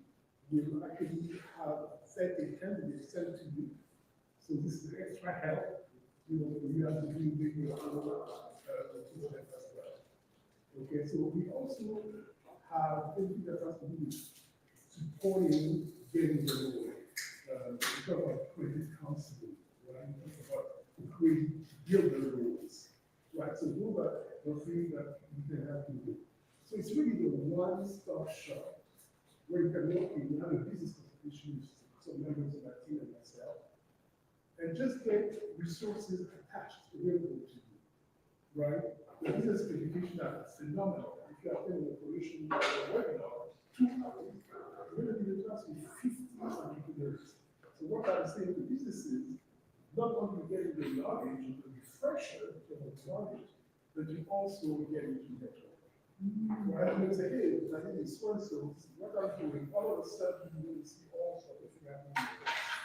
Right? So that's why I really encourage you to enter this process. Yes. For startups, or you have to already be in business? For startups? For startups, or you have to have a year in business? For access, for money, to get funding? All of the above. No, absolutely not.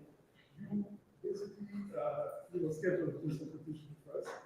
And what happens is when you are out, right? Some are coming to us with maybe having an LLC, for example, before.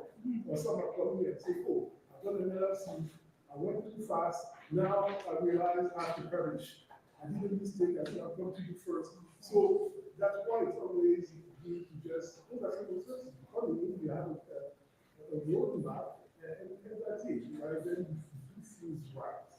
So, we deal with pre-startups, and as you know, pre-startups are really difficult to fund because banks are saying, well, am I basing my decision on what? Right? So typically for pre-startup, as an entrepreneur, you start saving, family, but then we have actually some tools out there. We have some 0% interest rates. When you have a guarantor, you can consider actually funding. No, you said bonds. Yeah. 9 Bond Street, in Brooklyn, yeah. I'm located in Harlem. Yes. Okay, yeah. So at the we offer all the city services and all the stuff. We do Staten Island, Bronx, city services, different teams. And sometimes different language capabilities. Is there a virtual option for someone who may be out of town? Yes, since actually the pandemic, Yes. we recommend that. Okay. Absolutely. We need over. You also services for nonprofit. Yes, that's right. Not person, not everybody, but gatherers, right? These are the things that we need a lot of resource connection and gatherers. But at the end of the day, you are the entrepreneur. We want you to take that in, and all the gatherers and make it happen. I don't want to pause the question, but I got one more question. So if you are a beginner entrepreneur, like you were saying before, I've started an LLC and I've got it all up in terms of the business, but it's very daunting every day to run the business and to know what I should be working on each day, as well as trying to get clients and working on my product. Can you guide entrepreneurs in that way as Yes, well? we have a information class. Okay. Right? That will help you set up a sort of KPIs, right? Yes, okay, that's what I need. Indicators for the company. Okay. So overall, I'm going to do is we're going to have a sense of what is important and what is not, and how to manage that. But really data, we have data. This is the original class we are using. What are the key processes that you have? Yes. What are the KPI that you are looking for? Number of customer reach, number of customer dissatisfied. Right. So if this is the dashboard that is set, you're gonna find out, well, maybe this is before the pilot. And so, because as an entrepreneur, where you got to math. Yes, and so I'm so busy doing Right, other if things. you are a baker, it's going to be excellent at it. But if you decide to jump into entrepreneurship, Yes. now you have to learn the accounting. Now you have to learn. Yes. And that's what we do. Okay. And we have to force ourselves to, not to become expert everywhere, but to be comfortable. Right, but for example, for loans, if you go to a bank and, you want, certain loan that you have to bank, Yes. the bankers, you may not know, but they ask you questions that they who you are at. For example, someone will say, hey, for the numbers, actually the company. Okay, I'm already somebody that tapped for your business. There are certain numbers that you should know. As a business owner. As a business owner. And that's what I'm asking you. Right. I'm pulled in so many directions. I want to make sure that I focus on what's important first. Absolutely. And then the other things that. Wow, how can I- thank Yeah, the you. company, we advise that you take the operation class. Operation. If you go on practice operation specialist, yes, you're gonna find it. Yes. I want to- well, do you think that whole situation with the project, because of the Yes, I think that one of the things that we have is training. As a company, instead team members and decide that, you know what, for this company to go to the next level, I need training, what kind of customer service, what you decide, right? You do the work and you say, hey, we're going to 15K, right? Instead then the 15K, then 60% or 70% to be reimbursed to you. Exactly. And let's say that it's for company, you don't have the people. We do what is called a consortium. Right? I don't know if you're familiar with some research in Harlem, but you have Sylvia's in Harlem, that maybe, let's say that you deliver the number, you want to make my case, that the number you're in the B5,000, supposed to have the number, and then you can get that trade together, maybe with some service. Right? So what I'm trying to say is that it's always good to check the first of the sources at no cost to you that will actually help elevate your business. Nothing to do with it. Thank you. Okay, so this is like a loaded question. So I want to say that we enter educational consulting company. We try to partner with you guys, crisis management, entrepreneurs, like upcoming and even like let's say when we start the business, stuff like that. But it was a disconnect. We're like, who wants contact? I'm actually out there like this whole thing we're just about. We're not contact at NYC Business Solutions so I can like get that up. Even now, like in 2025, I would see crisis management practice being part of business owners and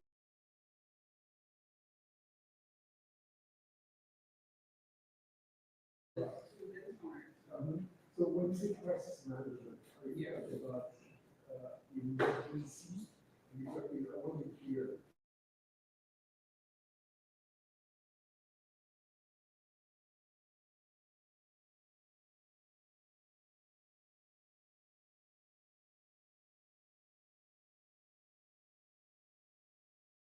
Marketing to build that side, it's a learning path. Then what I do, because I see some gaps in the learning path, I bring consultant with knowledge, right? So we have HR.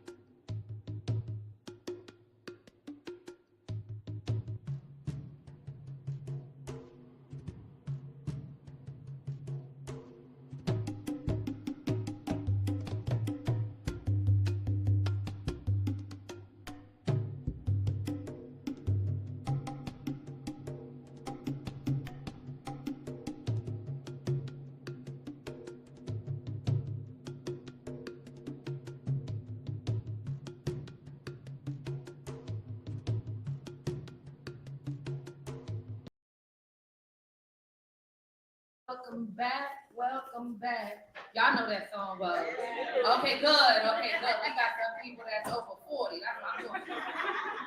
These kids real. You know, I'm just saying though, you know, I might not love it, but I'm saying, I know a little bit. So I wanna thank Waffle Chick for the wonderful waffles. Did y'all enjoy Waffle Chick? All right. And that's courtesy of JP Morgan and Chase, okay? Give it up, Yes. So now we're getting into our second half, and I'm really excited about this second half. And I'm very, very, very honored to just be standing and I will be sitting in the presence of just smartness. You know how they say greatness? No, smartness. Because this is, you know, this is what describes this woman because she's so smart. She's not smart, but her age is smart. Okay, I'm like, her AI has like a 90% prediction. It's amazing. That's so smart. Doctors don't even do that. So I'm really excited to bring this woman up here because she is going to change all of our lives. She's actually not going, she is changing our lives. And she's also changing the lives of our youngsters at NYU through their STEM program. Yes. So it is my pleasure to bring up Quanda Francis. Quanda Francis is a serial tech entrepreneur, former NYC mayoral candidate of 2021, and a pioneer in women's healthcare AI. As founder and CTO of Watch AI, she has developed the world's first women's biointelligent platform, powered by her patent-pending biointent classification technology. Francis is also founder of the Court Culture Leadership Academy at NYU, exposing student athletes to AI applications, and creator of Fiscal Friend, the world's first AI-powered personal finance coach. Ooh, I need that. Let's give it up for Quanda Francis.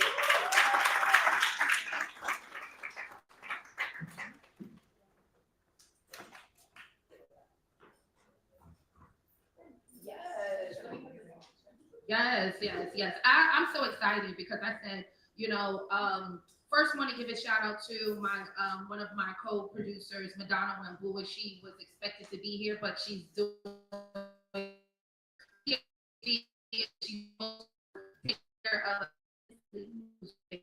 so last is actually carrying her. She was supposed to be here, so I'm standing in, but I feel like it's such an honor. So thank you, Quanda. Thank you for having me. So we just going to run into it. You are busy. Why is your technology so important?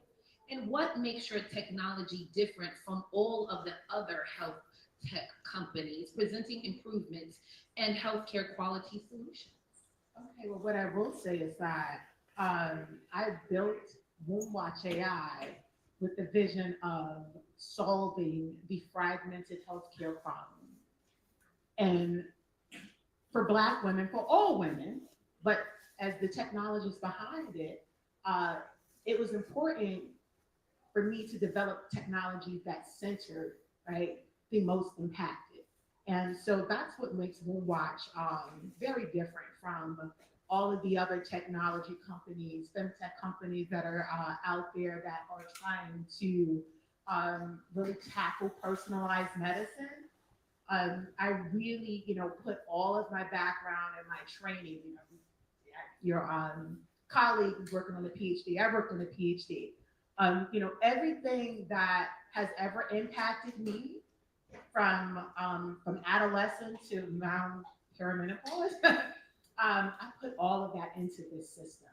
And right now we're talking about over 100 different AI agents, right, that are at your disposal to help you really understand every symptom that you have and how it's affecting your overall health. Wow. That's a powerful tool that you have. That is so powerful. And it stands out among so many. Really, the world people case study catch it early or help reverse it. Okay, we're still in stealth mode. And it has, we have a diabetes prediction right now. And why is this so important, right? Because diabetes, just, and I don't just want to focus on like the Black community, but it is really affecting our community at a disproportionate rate. And to really understand what's driving those numbers is how we have started to now utilize our questionnaire as a tool to start now asking people about what are you eating? How often do you exercise, right? Because right now it's like exercise is about, improving the way you look. No, exercise is about improving your mental health. Exercise is about improving your overall health, right? One of the main drivers of reducing your likelihood of diabetes is to just move, right? Walk for 30 minutes more per day. Reduce the amount of carbs that you're taking in. Be very aware of your living environment, right? And everything in between that affects your overall health. So I will say that with our questionnaire that we have started, we put it out in the community. It has really started to have that allow families to have that conversation about their eating habits. My grandmother always said that diabetes doesn't run in a family, poor eating habits run in a family. So when you start asking these questions and then really understand how just your everyday choices affect your likelihood of diabetes. What that skin cat is saying about your diabetes.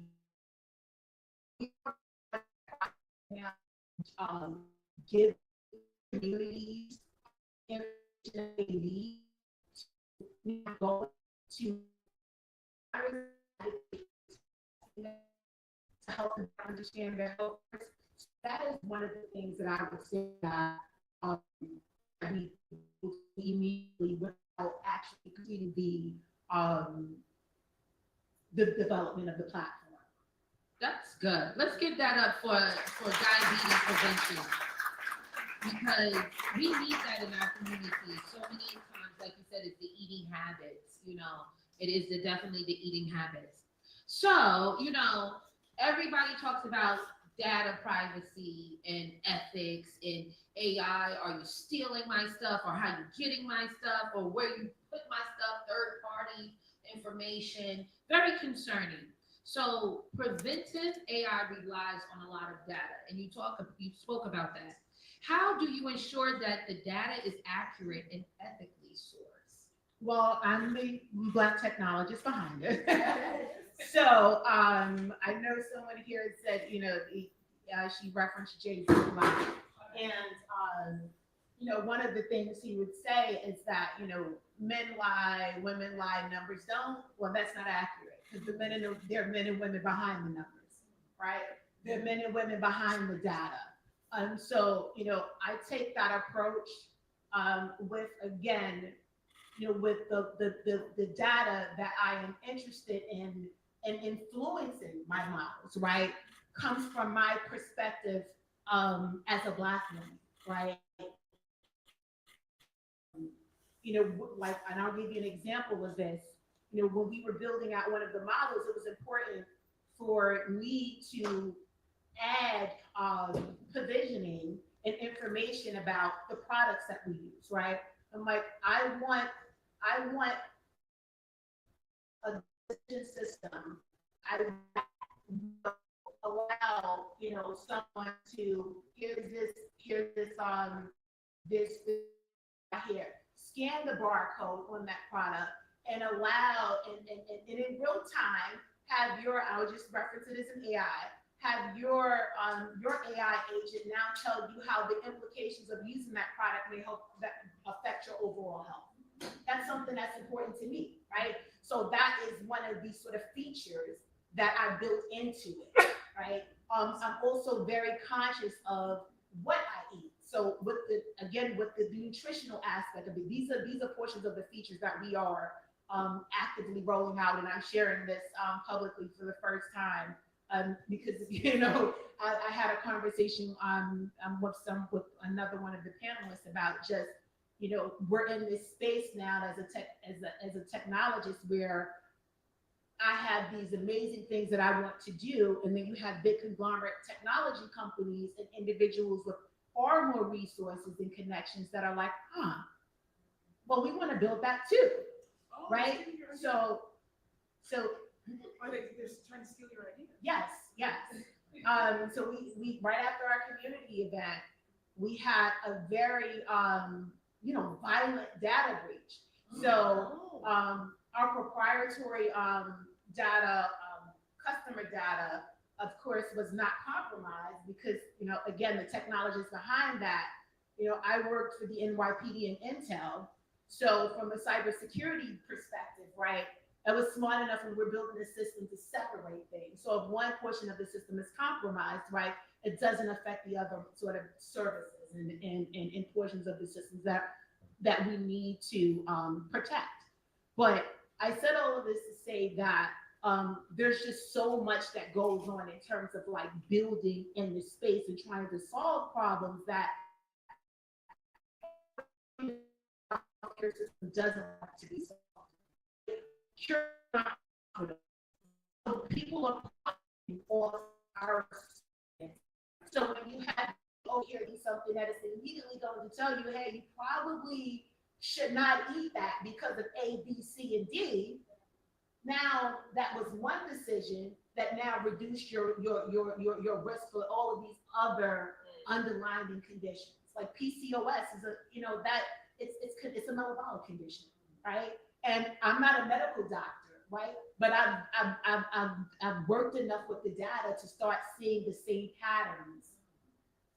And now, so as a technologist, that is again responsible for deciding what data we use and what data that's, it may help another community, right?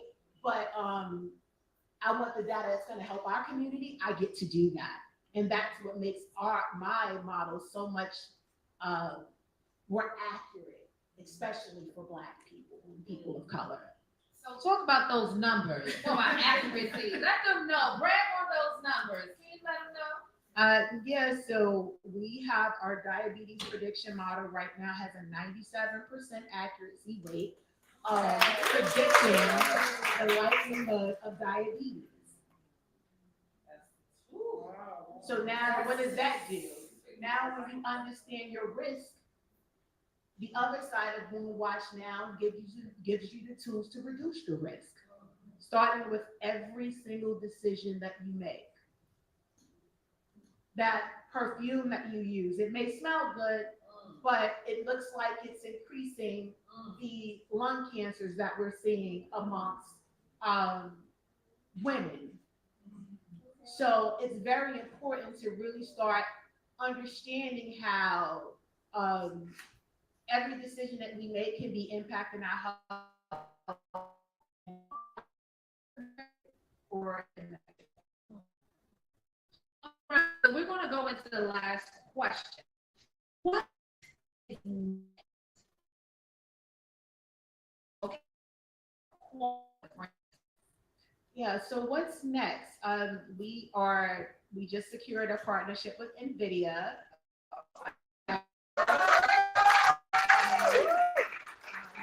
Google has become we've grown our partnership with Google. We started off as a Google for Startups company, and traditionally, anyone that they accept into that program, they initially give $2,000. They started off with giving us $25,000. and giving us a commitment to increase that to 250,000. And this is before we even took one red cent of VC money. So, so right now, as having owned 50%, 51% of the company, I have that autonomy to drive the company in the direction that I want to see it in. So, so what's next, right? The nutrition app and the nutrition app is what we're going to focus on, and our questionnaire that is aimed at reducing the maternal mortality rate among women of color, particularly Black women in this country. We are gearing up to start our landmark research study in September. Oh, okay. Well, all right, Ms. Wong, can you please tell everyone where they can find you? Yeah, so you can on my website, www.kwandafrancis.com. You find me on LinkedIn. You can go to the Woo Watch AI platform right now and read a little bit about what we're doing. SiriusSync is that is going to focus on men and longevity that are not, but we're focusing on our community, right? So we're creating that ecosystem. So it's about helping women and helping men. So SiriusSync is you can go to www.siriusync.com and learn more about what we're doing in men's healthcare. I have an AI WordWiz platform for anyone that's a late adopter to AI. The platform right now has 150 different use cases. So if you need to know something about if you are a nonprofit organization and you want to do and learn how to put together a very quick grant application, we can help you with that. If you're looking to transition in terms of your career, just pop your resume in there and the job description, and it will generate a tailored resume for the position that you're interested in. And then if you're looking for a chef and want a quick way to make a meal, and you have dietary restrictions, we have 44 AI chat assistants that are at your disposal to answer a number of different questions. And then the AI WordWiz platform doesn't just give you access to ChatGPT, you also have access to Gemini and Claude and the other large language models. So our intelligent templates are built in the background. So all you have to do is answer the question and it's personalized to you. And then you can use that drop-down list, and maybe you may like the way ChatGPT answers this question, but Claude may answer it better. If you are a mom and you need help with, like I have a 12-year-old, and sometimes I'm like, hey, I showed him how to use AI, and I'm like, hey, if you don't understand, PEMDOT, it can the AI homework hero is there to break down any sort of whether it's math, science, any in the education domain. Again, there are 150 use cases. It is very inexpensive, $9.99.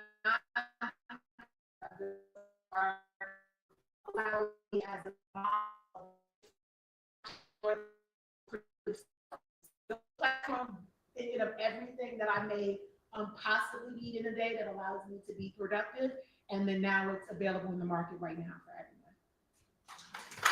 All right, let's give it up for Kwanda Francis. Thank you so much.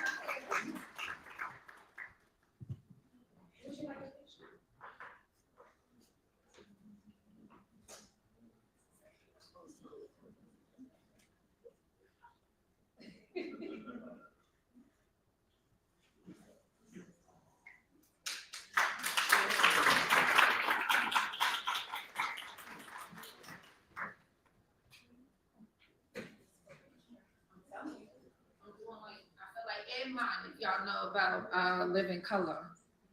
See, y'all still got it, still there. Okay, I'm supposed to have a demo. It is, okay, they're not gonna do the demo.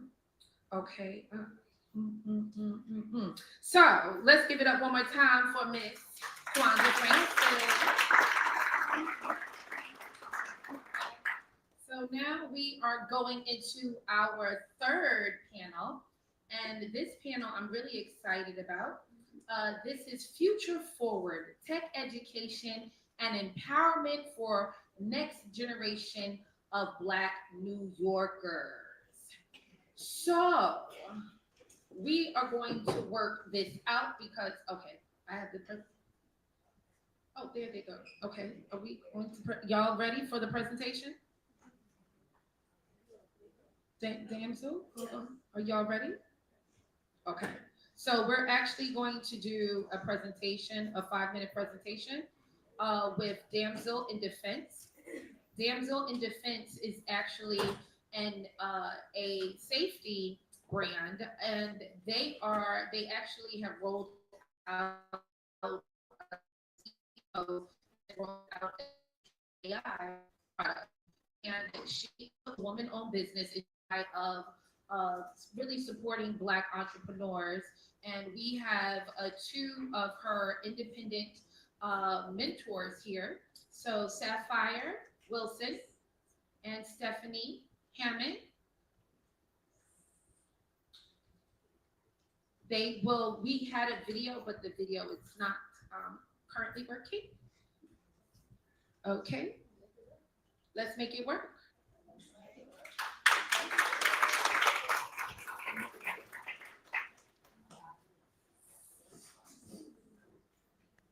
Thank you, everyone. My name is Beverly Sapphire Wilson, and this is Stephanie. And first and foremost, I wanted to have, with a show of hands, who heard of Damsel in Defense? One? Okay, I just learned one. I just learned today. Who heard a lot about Damsel in Distress? All right, come on, put them up there. We were looking. This is about what is around us and changing our mindset. So again, as was mentioned, thank you so much, the Brooklyn Library and for LevelUP for having us here. So I wanted to do the icebreaker, which is changing your mindset. But I wanted to tell you, Damsel in Defense is in Ohio. And even though that we are independent distributors, we are here to share a simple message that is to equip, empower, and to educate. So through the education part is for vulnerable people who are ready to protect themselves and their loved ones. And we're talking about what are going on is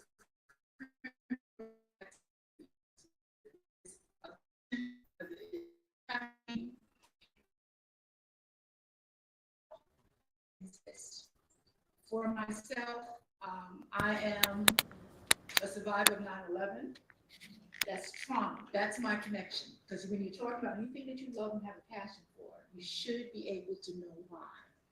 This is why I come here to share, born and raised in Brooklyn, but to expand when it comes down to men and women of color, cultural, because one thing we don't have to worry about is insurance. We don't have to worry about the lifetime warranty.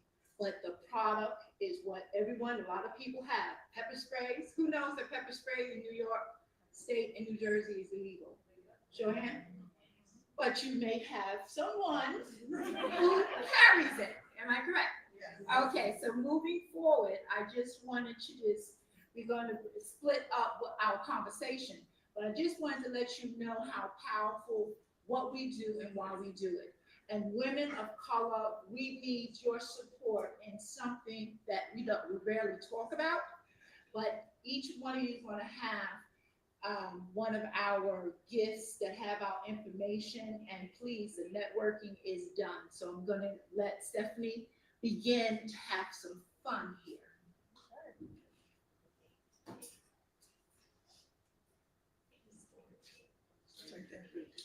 Okay, so one of our projects is about situational awareness.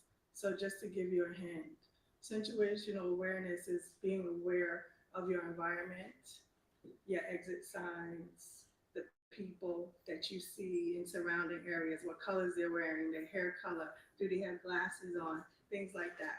a lot of times when things happen, we're jumbled and we're stressed and we're trying to figure out, oh, this just happened to me and how do I respond? So the first project that we're gonna do right now is situational awareness, where basically and we're past all. We're gonna activate. So whistle. So when I blow the whistle, we're gonna stop and see who the first person is that catches it. Okay, may I? And it's lightweight, so it's not It's lightweight. breaking no nails. Okay, let's keep it up. Okay, You got please this. stand. You got this. Stand. Okay, what is your name? Tom. Don. Thank you. Now you can pass it, throw it to the left and right, and let's keep Go going. pass it. There you go. And you got it. You got it. Okay. Keep going. Cecilia. Okay. So the last person, Liana. No, you just hold it right there. So what we doing? What is the first question? So who was the first person that got the ball? Okay, who was the Okay. second? And what color does the third person have on that caught the ball? Matt, I'll turn it Yeah, around. turn around. It was a pattern. And did that person have glasses on? Yes. Do we know her hair color? Orange. Like brown color? Now, where was the nearest exit? To her right. And then it's on there too. Well, my- Okay. Oh, Okay. So it's just like, in the case of an incident, being able to know where you can run to, what your options are. Okay. So we have gifts for everybody that participated. And then our,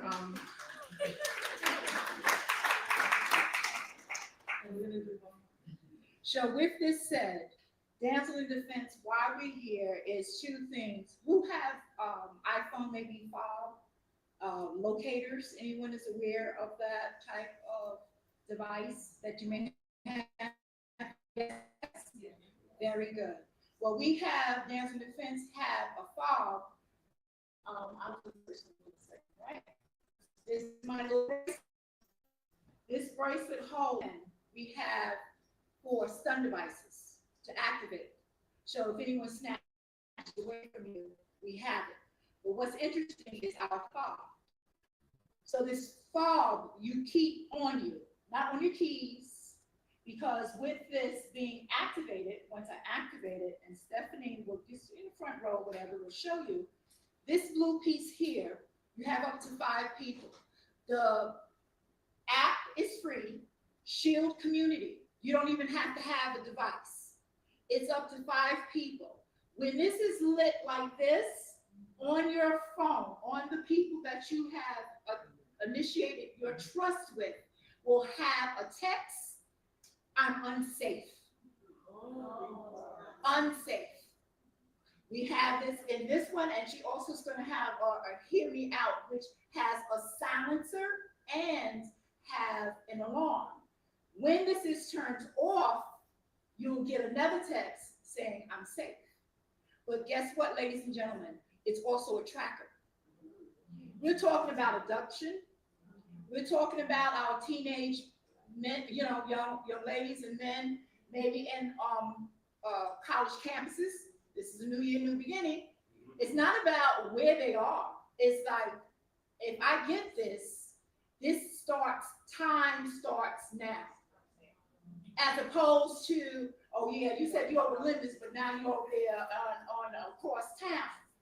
Big difference. That's why we are definite advocates for this safety, because Damsel in Defense is stepping up to another level for everyone.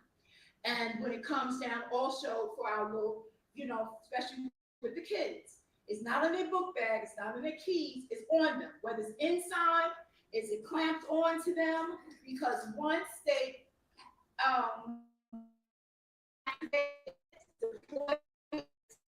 it will track them down. No more 24 hours that your child is missing. It starts now. So this is what we're not only talking about, we're doing these types of beautiful forms, but just letting you know, it's not whether it's black and white owned, it's what innovation that people are having and that we are a part of it. And like he says again, if anyone else is doing something innovative, that is a beautiful thing, but we should have these conversations. Because as mature women, as me and Stephanie are, you talking about phones and gadgets and things of that nature we may not be familiar with, but the simplicity and letting people know you're not going to be pushed to the side is very, very important, because they need to know it for ID theft. We also have product for that as well. Stephanie, you want to share someone what it looks like on that? So what we just want to show you also is it will continue 1 minute, 5 minutes on your phone until that individual says, I'm safe.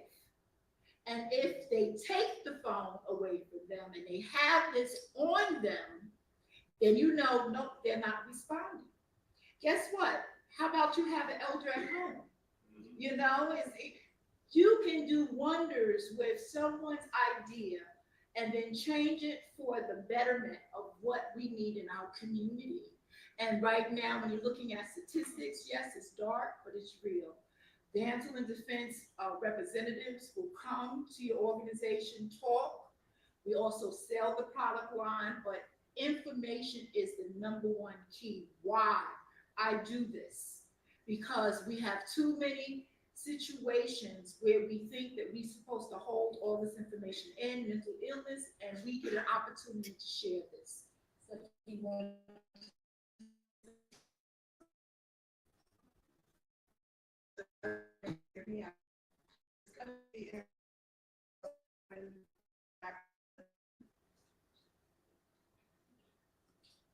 see it, right? And we should go to your videos. So this one does the same thing, but the battery is low. So it would be that type of alarm, or you can have it silent and press the button. In real time, it's going to show you, like she said, that it's been activated. And then when you press it, it's going to give you the actual location, Google, where you see the Google map of where the person is at. So that way, if you were abducted or you were in distress, it shows you real time. And then once you are safe, you press the button again, and then it's going to say, I'm safe. Show where it's moving. Yeah, it shows that it's moving. It'll show you in the phone.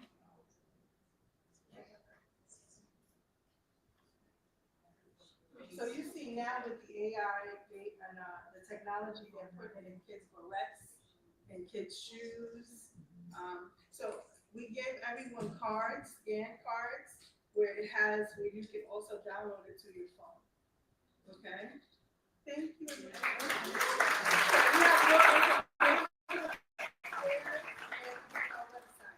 Thank you.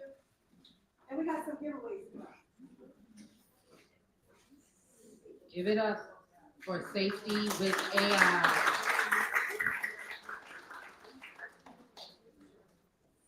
And now for our next panel, Future Forward.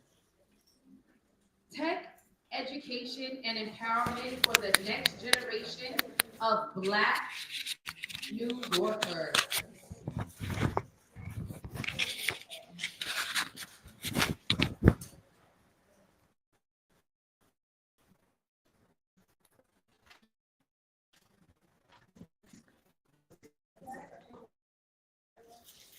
Everybody's getting their stuff. All right, well, we're going to start with our next panel as they give out some goodies.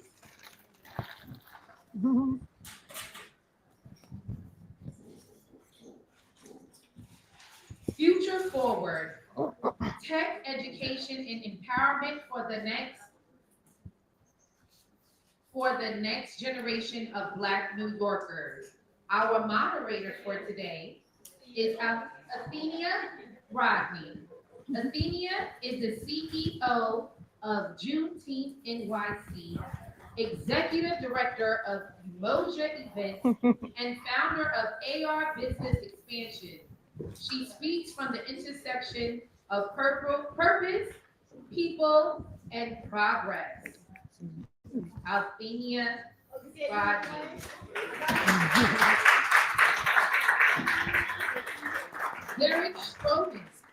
Derek Stroman is the Senior Manager of Corporate Relations for the Knowledge House. With a dynamic background in corporate partnerships, recruiting, and career coaching, Derek specializes in helping mid-career professionals take their big step.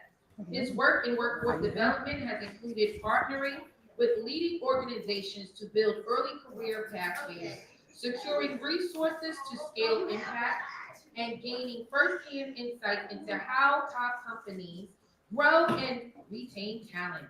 As a former recruiter for national and global brands, he's hired across product marketing, engineering, and operations. Today, his focus is on creating bold, inclusive solutions that ensure no one gets left behind in the future of work. Derek Stroman.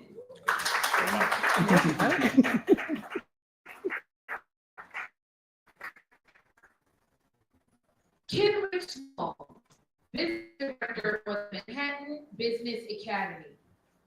Kenrick also currently serves as Coordinator of Student Affairs for the City of New York Department of Education and works with several high schools, providing internship opportunities for students with Fortune 500 companies and job shadowing opportunities. Kenrick Small is a lifelong resident of Bedford-Stuyvesant, Brooklyn. Kenrick, along with several community members and business leaders, has recently created a nonprofit called Brooklyn Scholar Athletes Incorporated, which helps provide workshops and educational options for parents exploring high school options, specifically boarding schools and private day school options across the Northeast. Kenrick Small. Yameche Wilson, also known as the Moses of STEM, is a visionary driven by the transformational power of intersectionality and human-centered design. Her mission is clear: to empower the forgotten to maximize the whole. Her impact spans STEM education, workforce development, and mental health transformation. She has raised over $1.5 million for her ventures, placing her among the less than 1% of Black women entrepreneurs that surpass $1 million in funding, a testament to her strategic vision and relentless pursuit of equity. Recognized as one of Mozilla's top 25 humans changing the internet for good, her commitment to equity stands to the national stage, where she serves on the National STEM Council in collaboration with the White House. Yameche. Future forward. Wow. Can y'all hear me okay? All right. So we have some heavy hitters on the stage. Get up for our heavy hitters. Yameche. So to start us off with a conversation about the next generation of Black tech, I would love for you to, each of you, to share 3 words to describe New York's next generation of Black technologists. And to share, technology is not just about tech itself, but it's about innovation. So we talk about where there might be innovation as well. You want to start us off? Sure. 3 words for me. One would be resilient. Another would be unapologetic and ready. I would say be entrepreneurial, think outside the box, and collaborate. I would say gritty, eager, brilliant. Oh, you gave some good words and all things that we are going to talk about on today. So we talked about collaboration and where collaboration, I want to ask where collaboration sits for you. in the work that you have done. So with my Juneteenth organization, we have been doing it for 16 years, and we have done it through grassroots, through pure collaboration in the community, collaborating with organizations, nonprofits, for-profit organizations, building resources in that way. We talk about our collaboration is our wealth, right? So can you share what kind of collaborations you have that are part of your growth? I can start. So I work for a high school. It's a career technical education school. If we date ourselves, it's also known as vocational. So when I grew up in high school, I went to a school that focused on technology. And one of the things that we used to do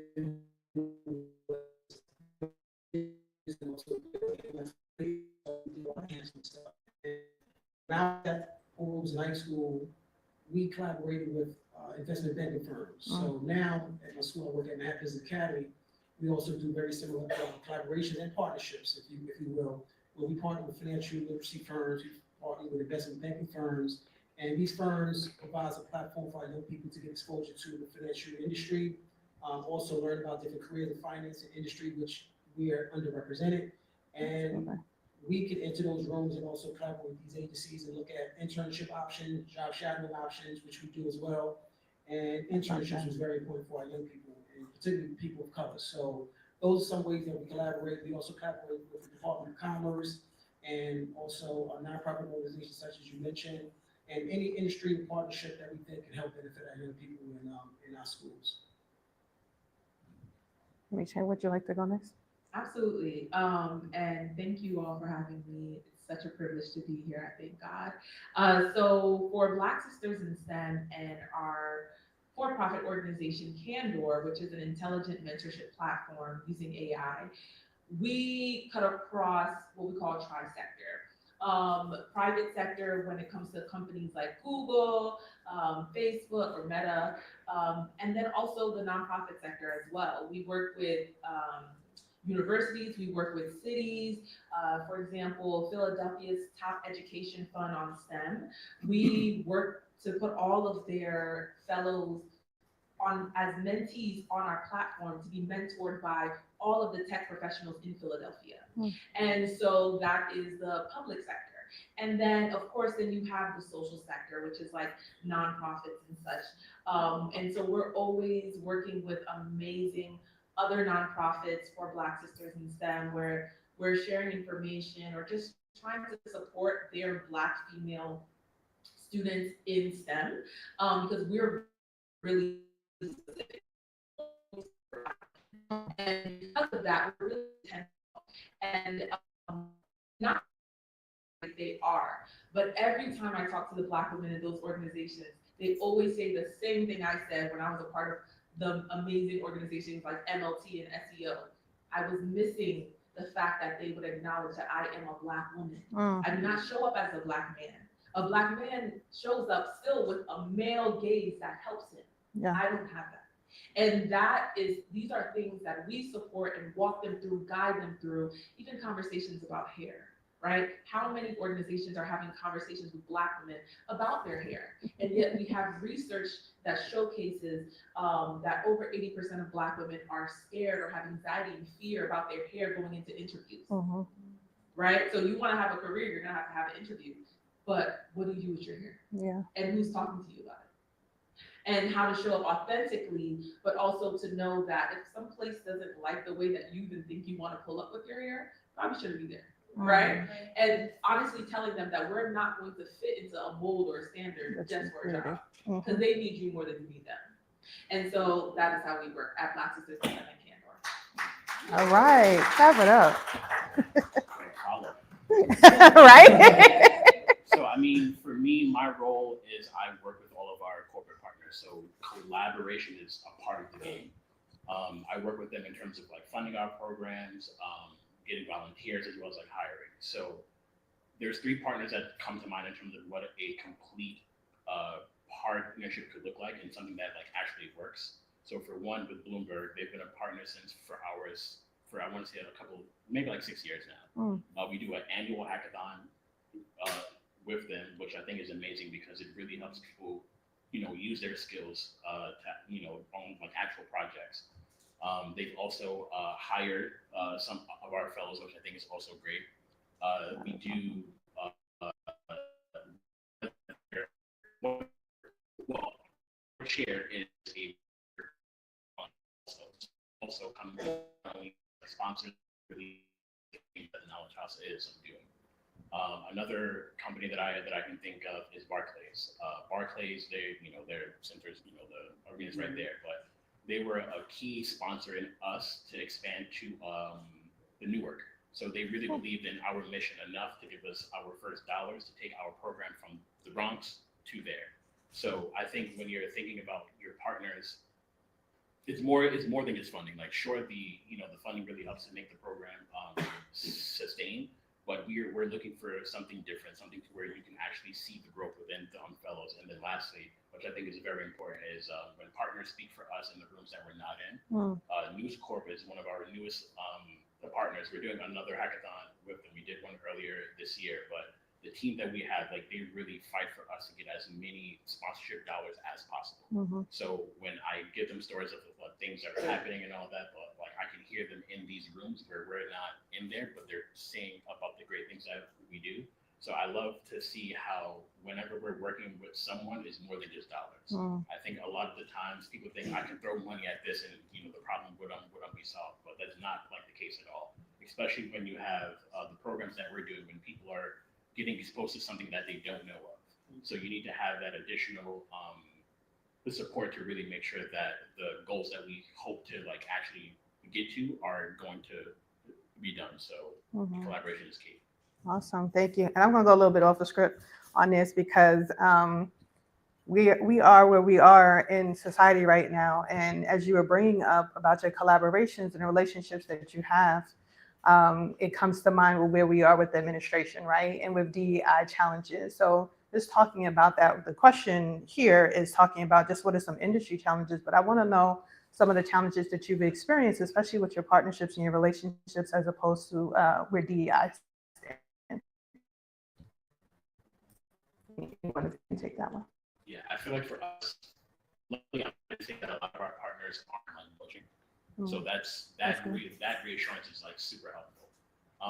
However, you do have to be mindful of like the language that you are using. You may have some partners who you say like, we'll still, work with you, but in terms of like how you're saying it, you may have to change it. So we have had changed like our language, but the core of our mission is the exact same.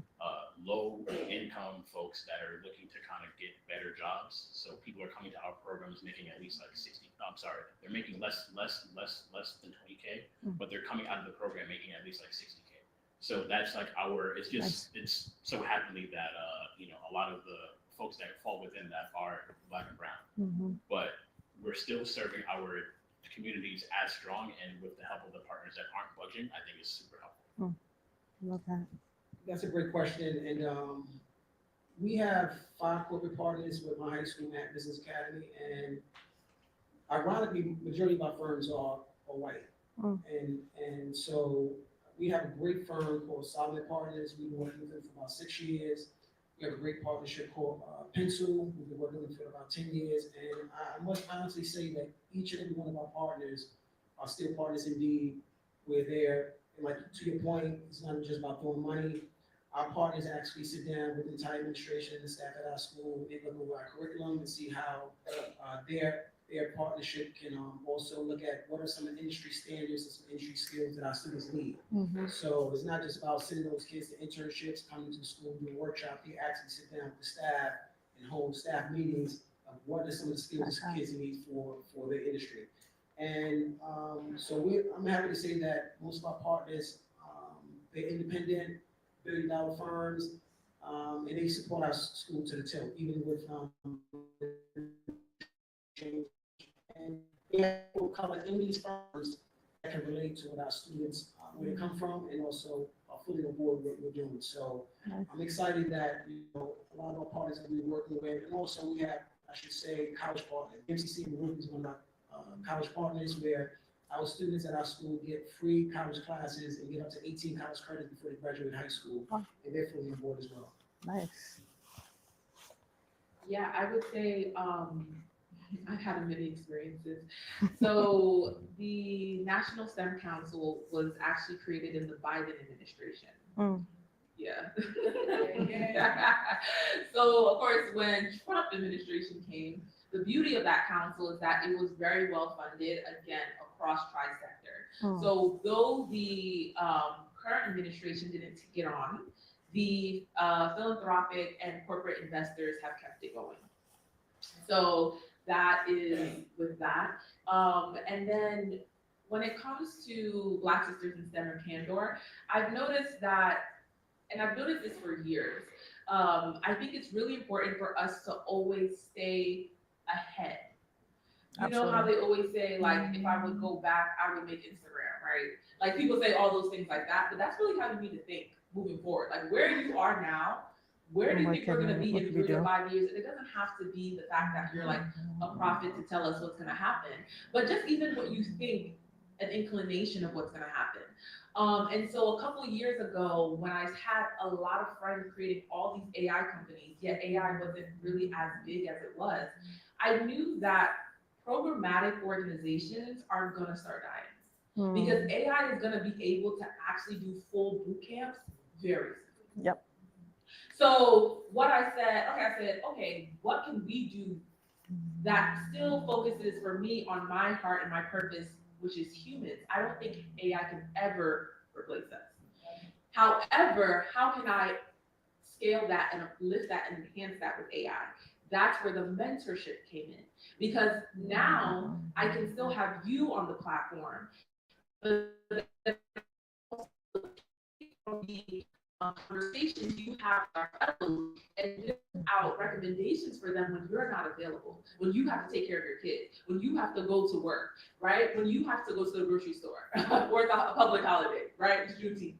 When you can't be on the platform, the AI is able to take and actually answer their questions in real time. So I started building that years ago. And now I'm seeing that Black Sisters in STEM is even controversial. Just our name is controversial, right? And so now they're like, okay, can you just put it under Candor? And we built it so that it would basically happen that way, because I knew it was gonna happen that way, right? I even knew it a couple years ago when all the pledges from George Floyd, they stopped like actually fulfilling those pledges. And then I was like, we're moving closer. Like, you have to be able to see the inclinations that are happening in history and be like, this is what's about to happen. So when they said, oh, okay, we're just not gonna do that, like real low key a couple of years ago, that was the beginning of DEI going down. It's not now. It's when they said a commitment of 100 million and only gave 10. That's when you should have known DEI, there's gonna be, they don't have to commit to it. Even if they make a public statement, right? And so now the platform actually feels a nonprofit. So even if you're paying for the platform and you're using people, you're putting on people on the platform who may not be Black women, the money is still going to Black women. And that is how I basically, by the grace of God, thought ahead to make sure that Black women get the resources we need. Oh, I love that. This one is going to go back to you, Yemike. So how can communities, schools, and partnerships actively help remove the barriers that Black girls and women face in the tech spaces, especially as you said, now that AI is kind of replacing that? Where do you see communities and schools playing a part? Yeah, I think for me, I'm kind of annoyed in this season. I think during the Biden administration, there was more noise about us, and then when Trump came around, it's like we even stopped talking about us. And I'm really sad about that, because unfortunately, we're likely going to always have to make noise for something to get done. And the way things are so silent, I'm actually scared. Intersectionality is not being talked about at all. Being a Black woman and what that comes with is not being addressed at all. The fact that Black women are getting hit by some of these layoffs the most is not being talked about at all. The fact that Black women are still the primary sources of wealth in their homes, in the Black community, and yet we're losing our jobs, not getting jobs. It's not being talked about at all. Like how many times have you heard that conversation recently? You've never, you haven't. That's why I'm scared and annoyed right now, because there's like silence. And that is a huge problem. And so if you run a school, if you run a university, I feel like I'm begging them to realize that Black women have a different experience. And if you are there, speak up, please. Because there's no noise happening. There's no conversations happening, literally. And obviously I'm saying that dramatically, I'm sure there's some, but compared to what was happening before, it's like radio silent right now. And that is horrible, because when I go back to my fellows, maybe hoping that things are better, so that's why there's not as much conversation, they're like, absolutely not. I'm still having the same experiences you had when you were on Wall Street 5 years ago. And this is a problem.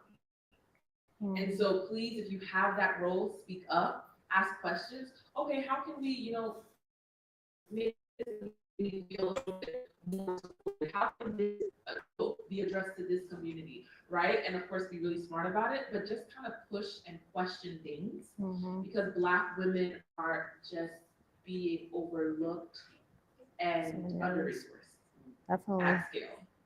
Well, thank you for sharing that. And so true. I felt like after the Obama administration, Michelle was it, right? She was, and that was it. Like, we don't hear anything about it. So thank you.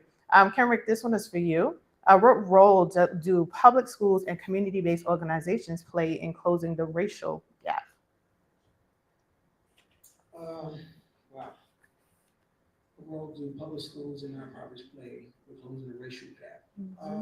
Well, I think number one, quality education is key. Some of the things that we mentioned here already is key: partnerships, collaboration.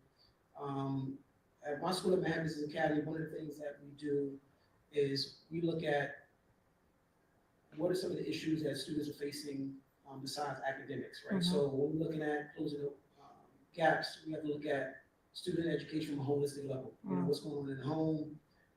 We got to look at the social, economic, and also some political things that are impacting our schools. But one thing that we look at is how can we support the students holistically? So whether that be if their parents are not working, whether they're coming out of foster home, whether they're working or they're coming out of shelter, I think schools and nonprofits have to look at what are some resources that we can support our kids with across the broad spectrum of education. So it's not just about what are you doing in the classroom. So one of the things we intentional about, once again, I'm gonna go back to it, is partnerships.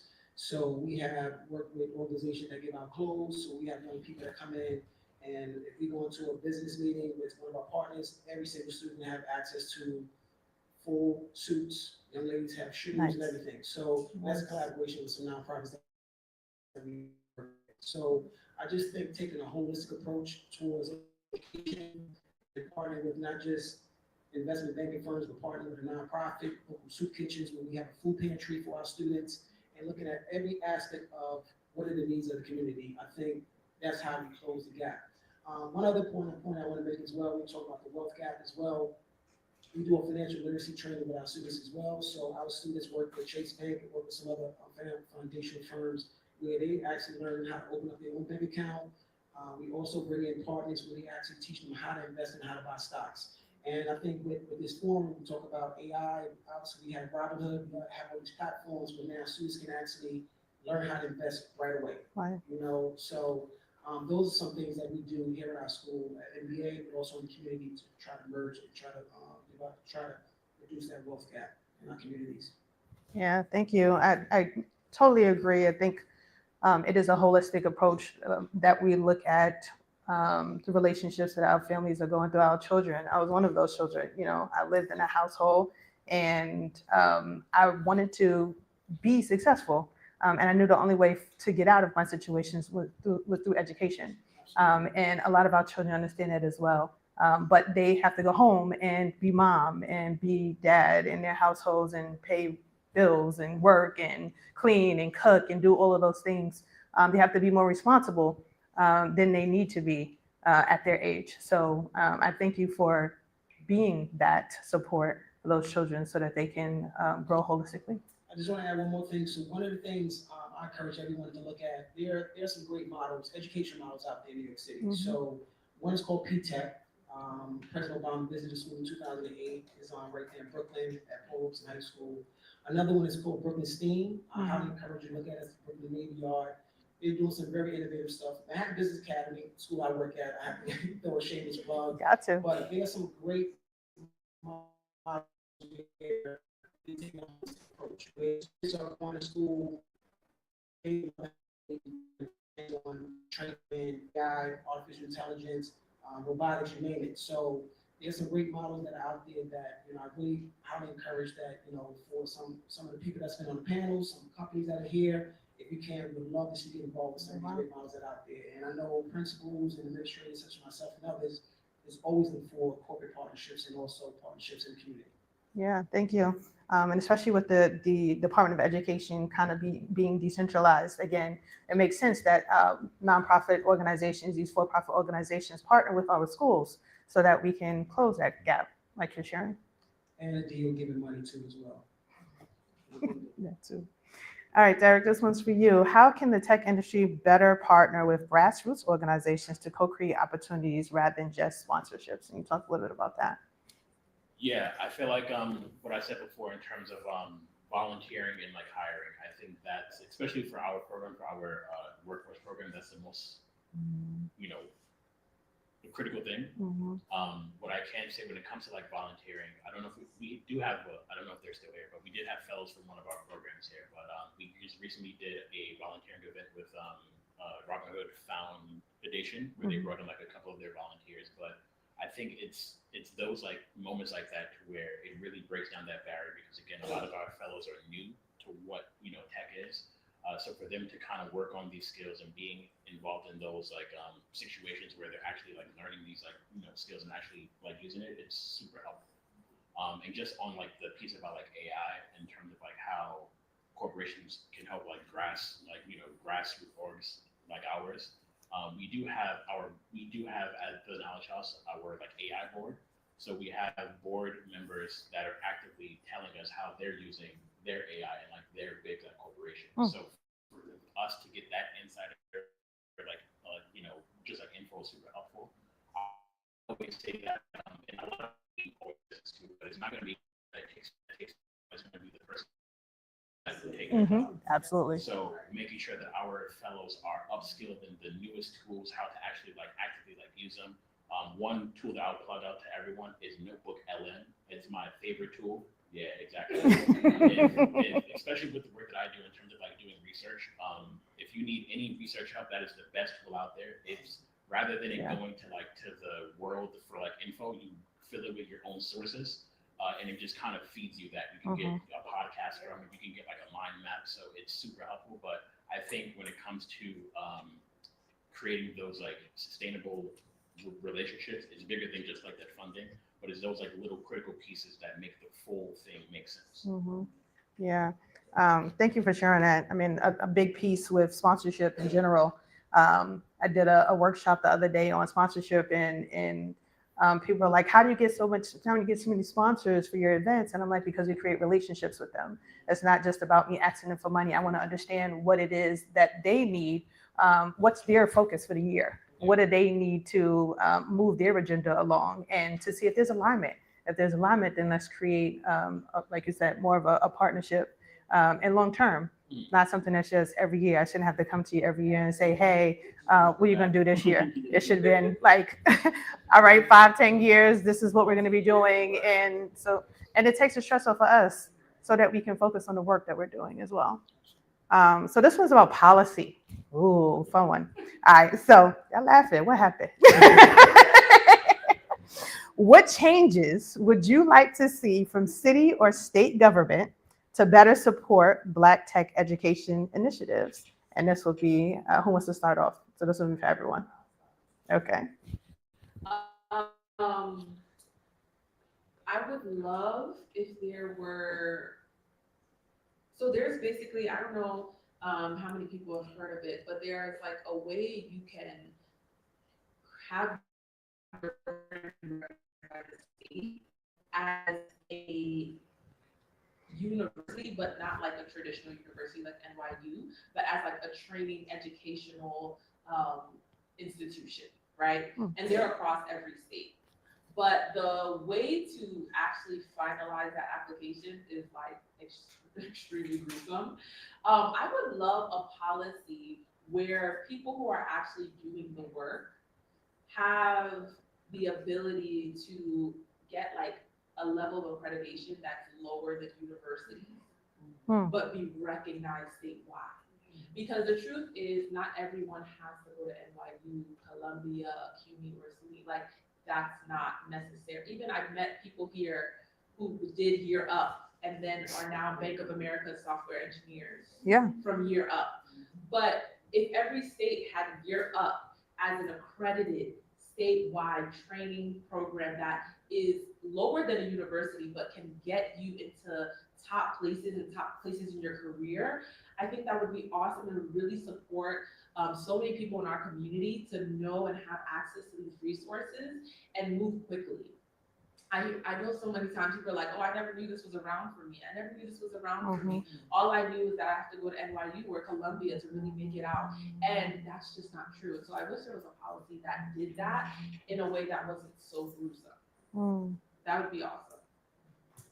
Okay. Wow, you throwing some names out that resonate with me. Year Up, great program, especially from the business field. I think for me, being in education spaces, how could we reduce some of the bureaucracy, but also, to your point, how can we look at other programs and think outside the box? So in New York City, we focus primarily on Regents exams. So if there's any way we can kind of eliminate or reduce the amount of red tape and bureaucracy when it comes to what our students need. So one of the things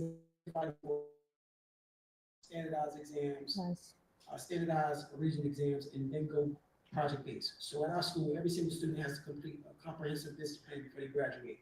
So I would rather have a student show me how to create a business, how to create a business plan, as opposed to taking 6 math, science, English, region Spanish. No, and once again, if there's a place for it, there is a place for it, but not for everyone. Exams is great, and I get it, but I think it's outdated.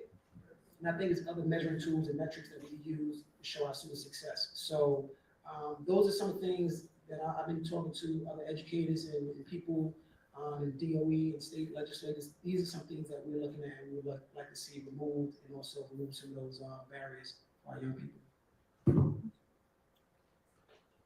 Yes, you are so right about that. I think the slowness on the city side is like horrible. But the first thing I'll say is that within like the workforce space, there's this association called New York City Employment Training and Coalition.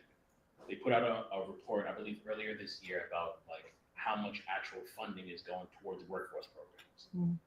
So the budget last year for the city was $100 billion. Out of that, only 0.6% was pushed towards workforce programs. We can't continue to say, this is a city where, you can find a job and you can do this, but we're not getting the funding to actually run these programs. So my thing is like, if you're gonna push us to, train people to get these jobs, like at least give us the funding to really, to do them like that work. So that's one. Definitely agree with you in terms of like how slow things are, all of the red tape. I think the fact that there's thousands of city jobs that are open. I think tech jobs are getting like the side eye now, because you're seeing that your Googles, your Facebooks, all of those companies. Those are. We're telling our fellows start to look for more other places that they could go, whether it be like green tech or something like that.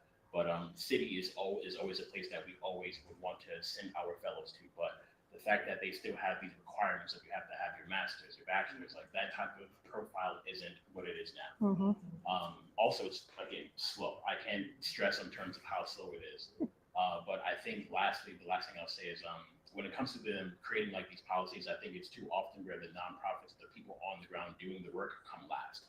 So they're creating all of these like laws and these policies, but then they're not bringing us to that table when it's like about us or like the folks that we are serving. So bringing us to that table earlier on, I think would be the best bet, because we are the ones that are on the ground doing that work, and we will definitely be able to kind of do whatever big goals that city does have. Awesome. Well, thank you all for sharing.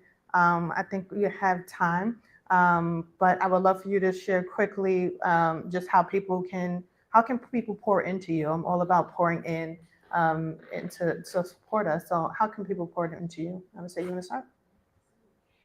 Thank you so much, man. This is awesome. Thank you guys for coming and listening.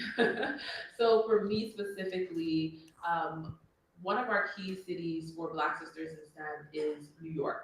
We actually started in Ghana, West Africa, where I'm originally from, and now we are expanding more deeply into the US. And so I'm looking to get in front of all the schools, specifically the schools that have a larger population of Black women, which happen to be the cuties and the SUNYs. So if you know the people who run those councils, programs that relate to them, I'm trying to be in their face all day, right? So being a part, so the colleges is for you. Okay, next.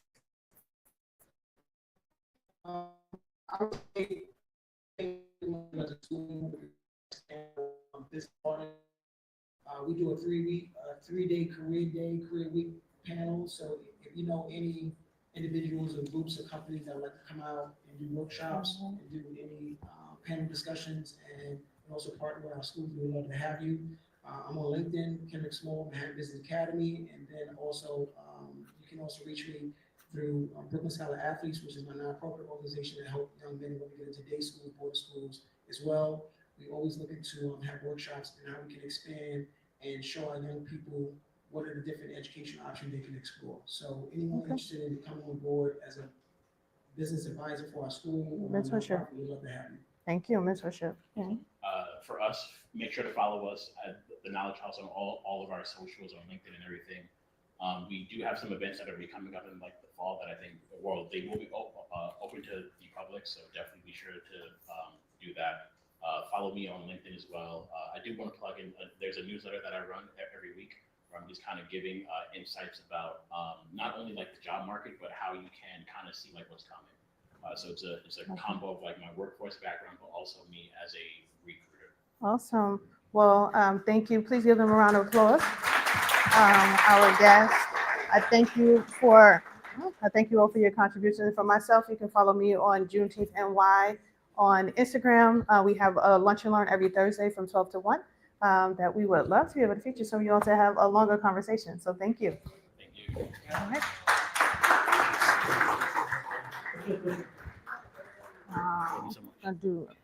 Take a picture. Roger, you want to take a picture? I'm gonna get a picture, guys, together. All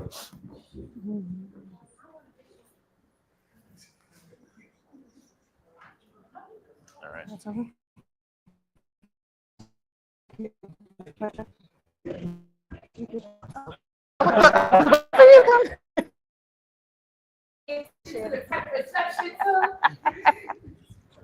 Yeah.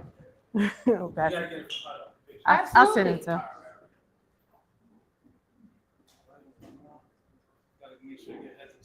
Yeah. All right, as we move this Thank along, you. we move this along. Make sure. Everyone's up in today.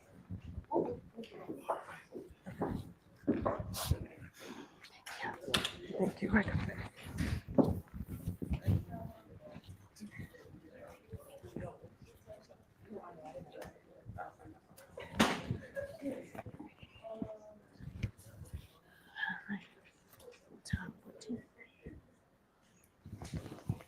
Leveling up in tech.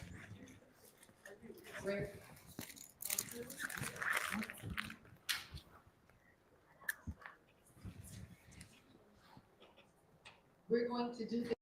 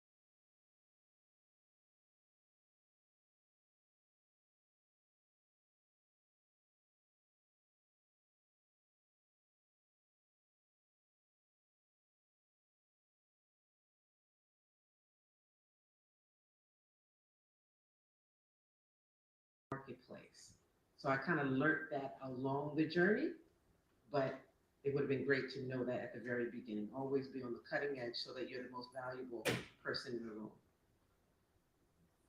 Hello, good afternoon.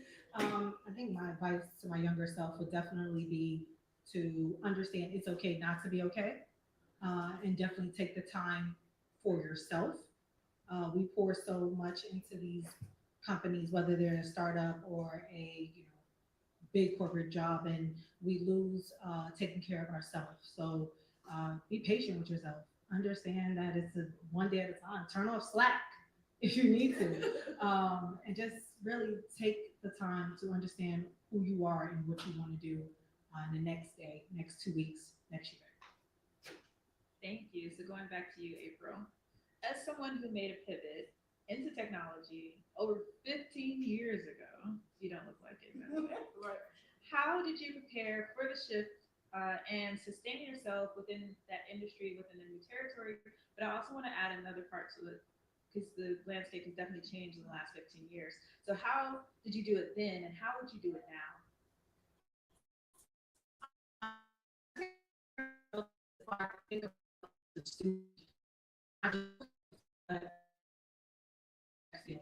My job is to make sure I understand what's trending, what's coming up now, what's happening now, understand the areas of opportunity, and how can I make an impact in that. Whether it's in digital marketing, and I've been a couple of companies I work for, we worked after the debacle. I wasn't there with that whole situation, but understanding what the company needs, what do I bring to the company, and how I can be viewed as an asset. And even with going into the digital marketing, that pivot was like my creative side needed to express. And in certain roles, I can't express those. There's levels to, hey, you gotta keep it a template and stuff. So I would definitely say that, just once again, understanding yourself, knowing when it's time to exit a role and go into a different role. Thank you. And Cynthia and Curtis, do you have anything to add to that?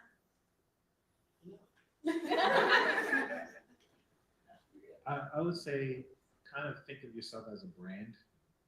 Think of yourself as a brand and fortify that and build that out as best as you can. And you definitely learn that once again through mentorship and networking. And you start to understand your value more.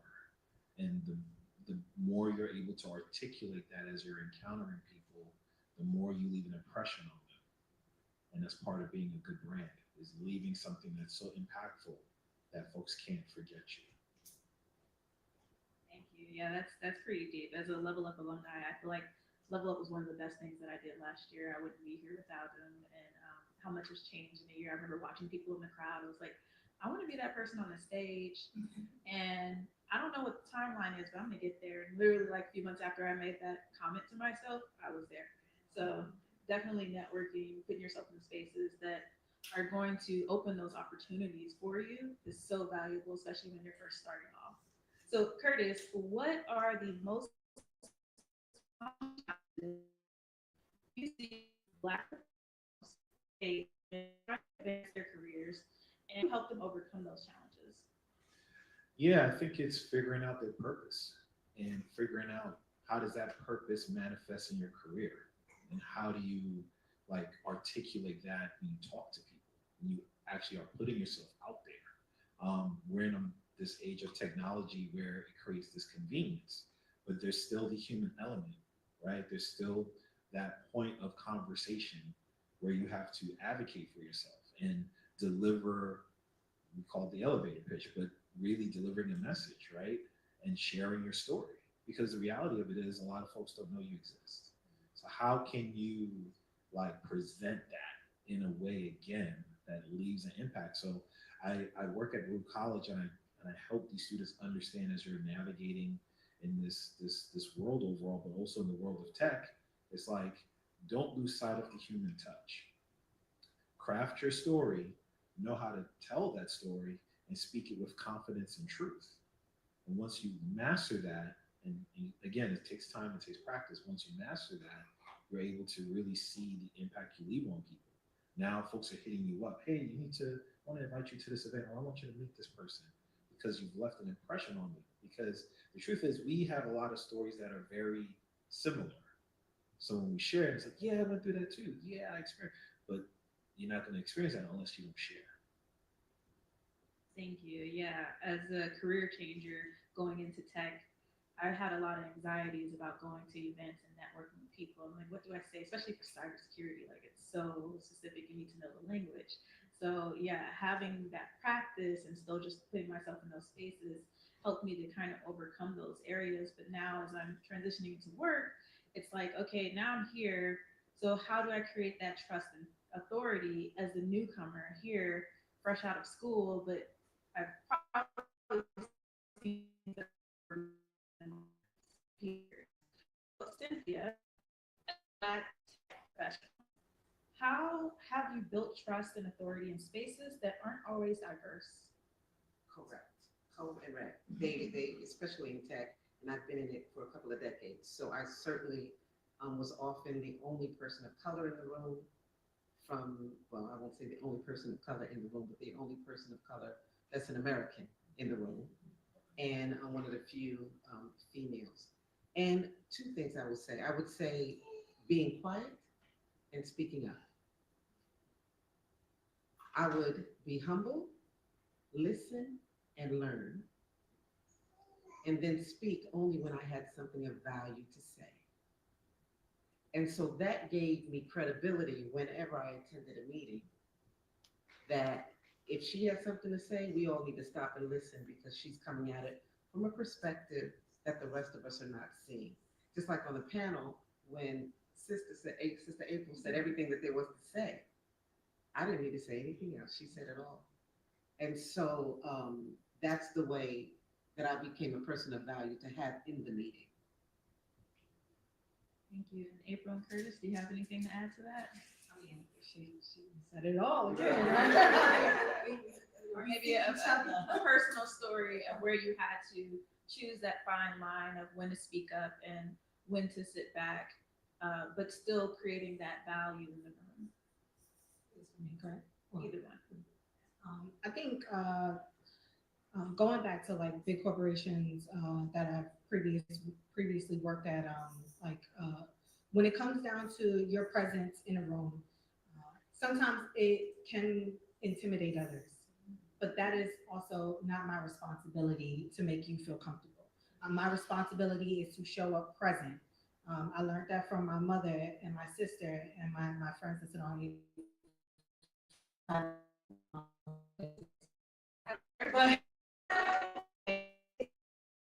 But given 100%, it'll show. Sometimes it can be off-putting when people who have been in positions for years and don't actually don't come up, don't show present, look at somebody like us and say, oh, why they making so much money, or why they show they got answers and all this stuff. Who they think they are? And I'm me. I'm authentically me. I'm coming to show you who I am and how I can help, not just to boast or brag. So I think that's how, dealing with sometimes issues where people may give you pushback, that's fine. Let's figure out another solution, another way. Let's not just shut it down. Let's figure out another way to solve these problems. If I could just add with it. If I could just add with it, because I totally agree with what she said, but there also needs to be a element of professionalism and adherence to protocol. So to be honest with you, sometimes in the early years, not only did I have to say what I needed to say to add to the meeting, but because oftentimes I was dealing with deployments and migrations and implementations, not only did I say it in the meeting, but I made sure that I documented it, that I said it in the meeting. So that should something happen, they can go back to April 17th in the meeting where Cynthia pointed, and then there was a confirmation email that was circulated to everyone on the distribution list so that everyone knows that I raised my hand and said something about this. So professionalism and protocol, as well. And Curtis, how did you assert yourself when you first began your career? Oh, I think I love the responses. I would agree similarly. Knowing when to speak, knowing when to listen, adding feedback. And I think for me personally was just being innovative of ideas and just giving suggestions necessary.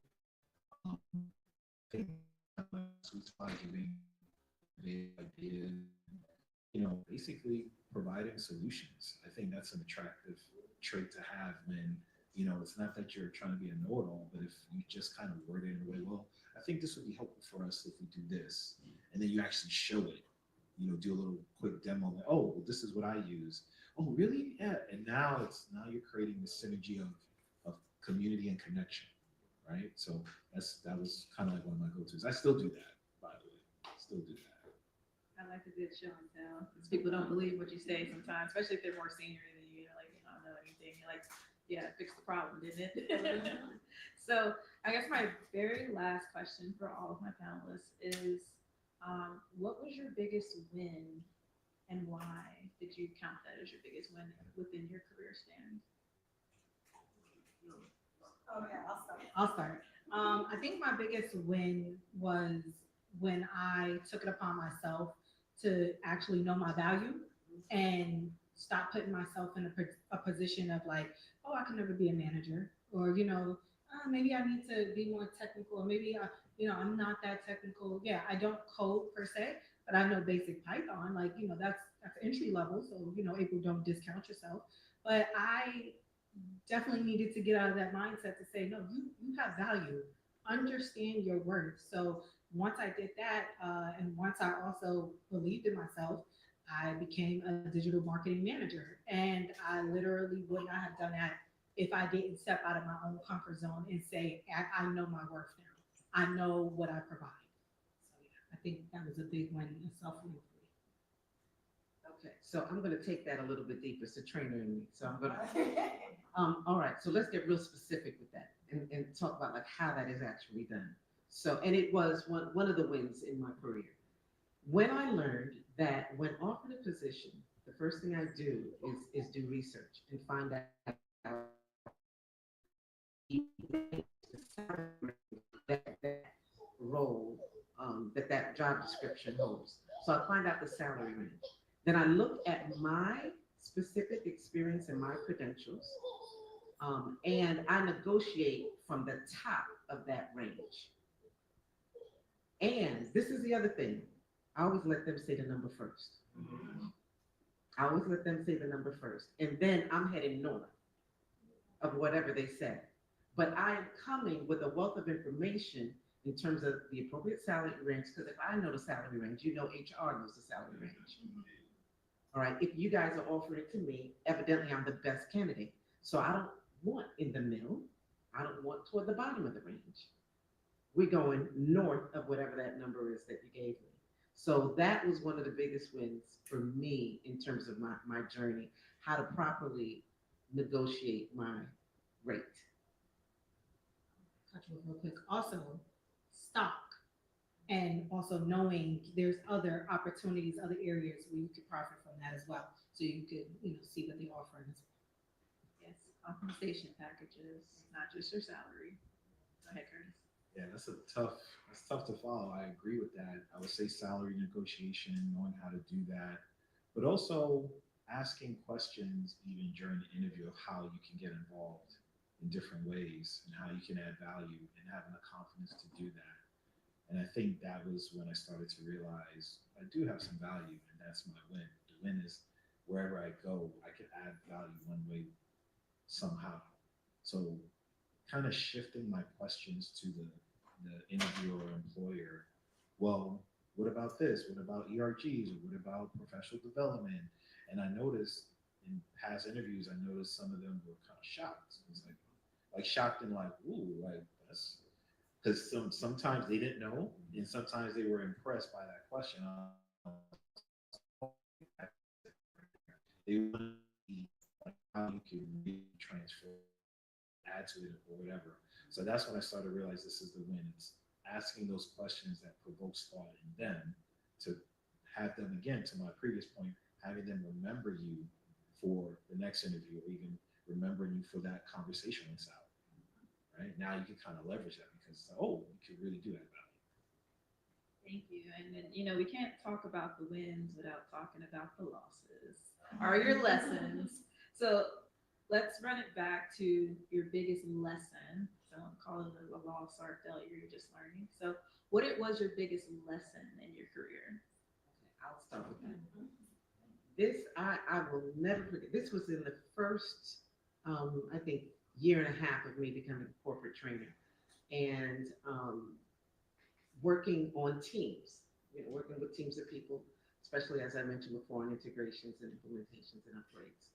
So it was cultural. It was actually cultural. Now I'm here in the US and you're working with people and we're tech. So we're near computers, we're near wires, we're stepping over one another, maybe to connect things, and the user said it's not working. I had to learn not to touch anybody. The gentleman was Muslim. And we literally worked in the training room together, and so even if you're passing by somebody, you're not thinking of it. And I had to learn, don't touch anybody. So that was my biggest lesson.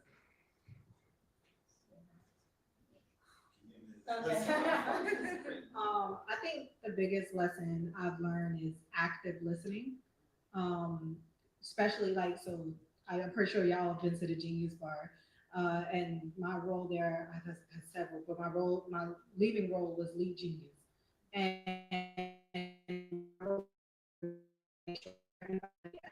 bar was good. That the customers, equipment, the replacement you have, whatever have you.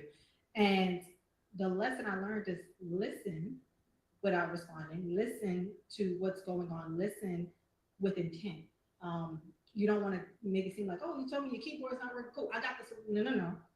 Listen to what the steps they have gone through so you can identify, oh, okay, I see where the issue is, but I'm gonna let them navigate the journey. So active listening, it's not only helped me in just my career, but with my friends, just listening to them, understanding their perspective, and having them listen to me. So active listening would be mine. That's good. That's really good. It really is. So I'll be a little transparent. I think the biggest lesson for me was dismantling professional arrogance through leadership. And I say that because when I first got my first leadership position, I allowed the title to stroke my ego. And in turn, it affected me on managing my team holistically. So in turn, because of my arrogance, it created a very distrust. We got things done, but I noticed we weren't as strong connecting once because I wanted to make sure that I am on top of this. This is my ship. But it's no, and that's when you start talking about different leadership styles. And I was like, oh, this is not really who I am. I have to include them in some of the decision making, some of the innovation, the ideas.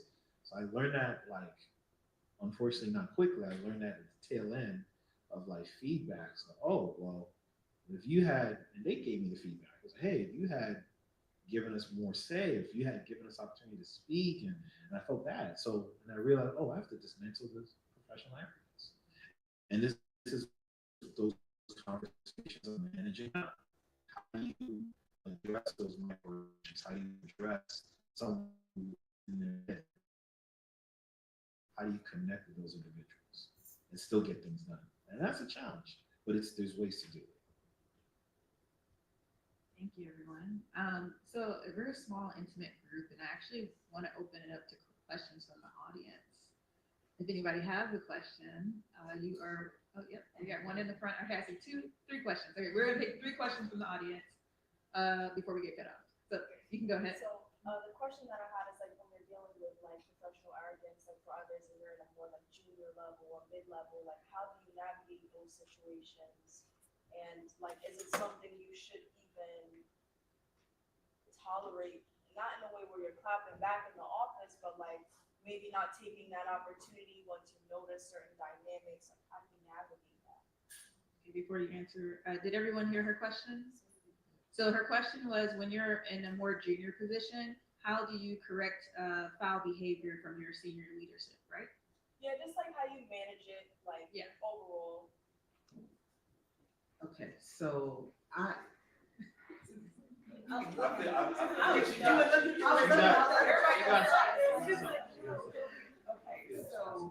I'm gonna come from a very, what's your name?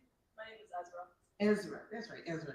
I'm gonna come from a very unique place, because I'm old school, okay? I'll just be transparent. I'm 59 years old.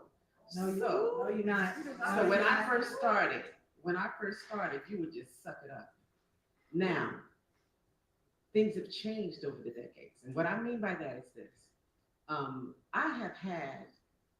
I work primarily in the legal and financial fields.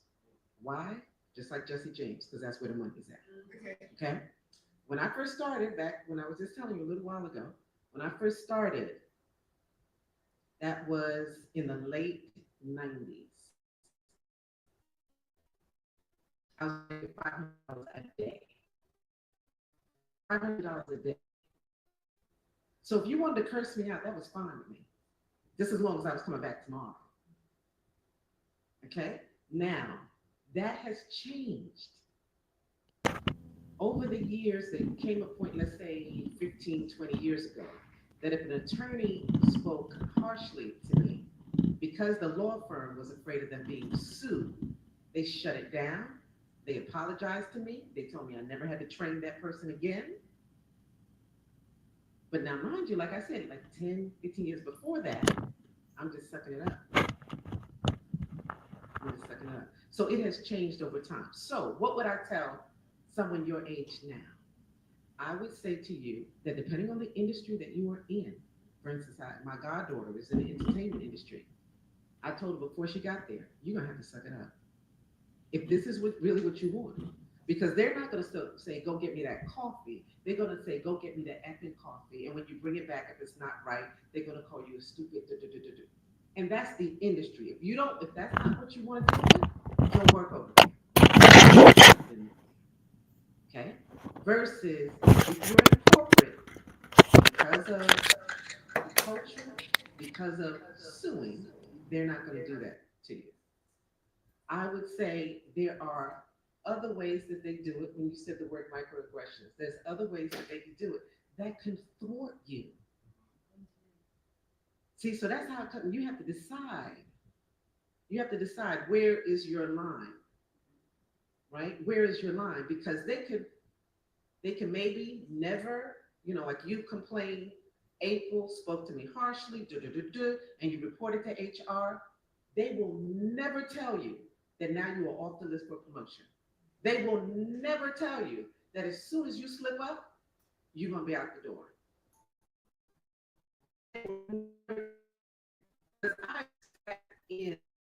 I sat in those times. I was summer interns, and the decision was being made, well, who's going to get an offer? You will never know that it's like, she's a troublemaker. She complains too much. You know who they want? The person that is doing the job, getting it done, and is pleasant to work with. Is pleasant to work with. Now, you got to get the job done, but are you pleasant to work with? So, I hope that answers your question. I know it's murky, but I hope that answers your question. All right, thank you guys, and thank you so much for our time today. Thank you for our lovely audience for sticking with us. Have a great rest of your evening.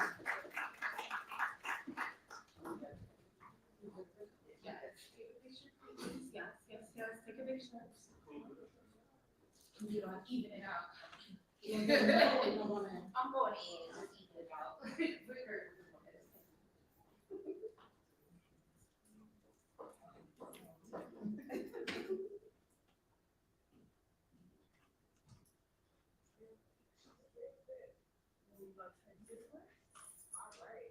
It's a video. All right.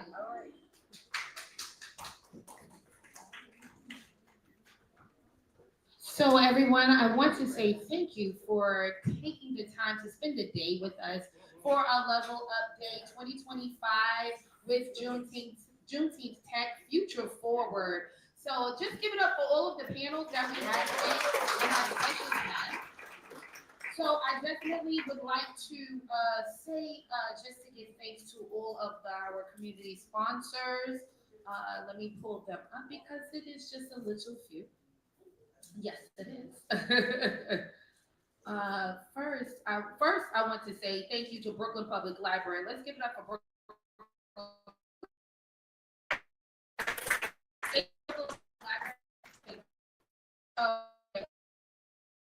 A lot of people left, so I'm gonna just say, pick something. 793. 793.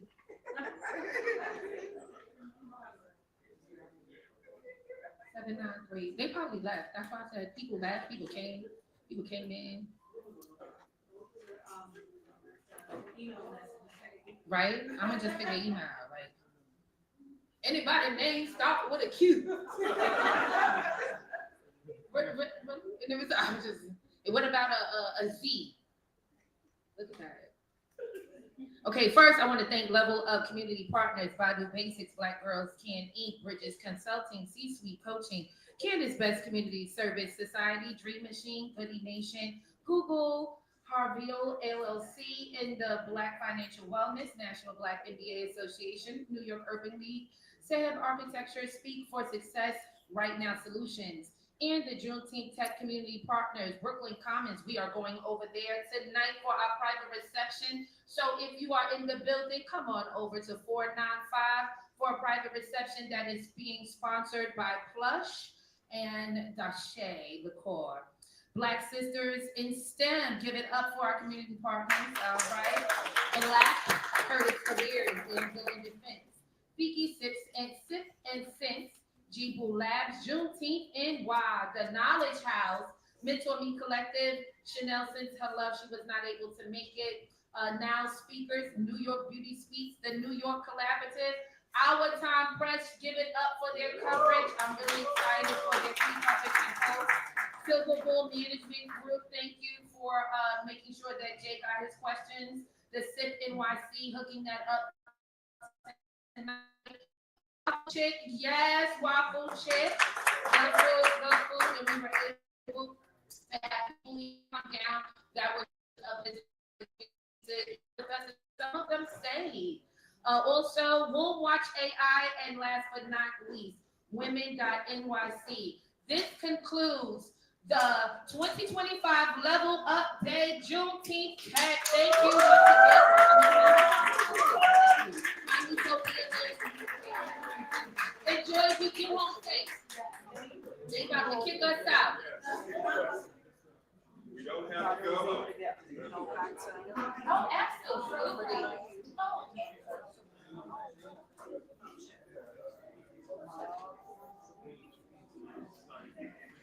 Right. That it got back.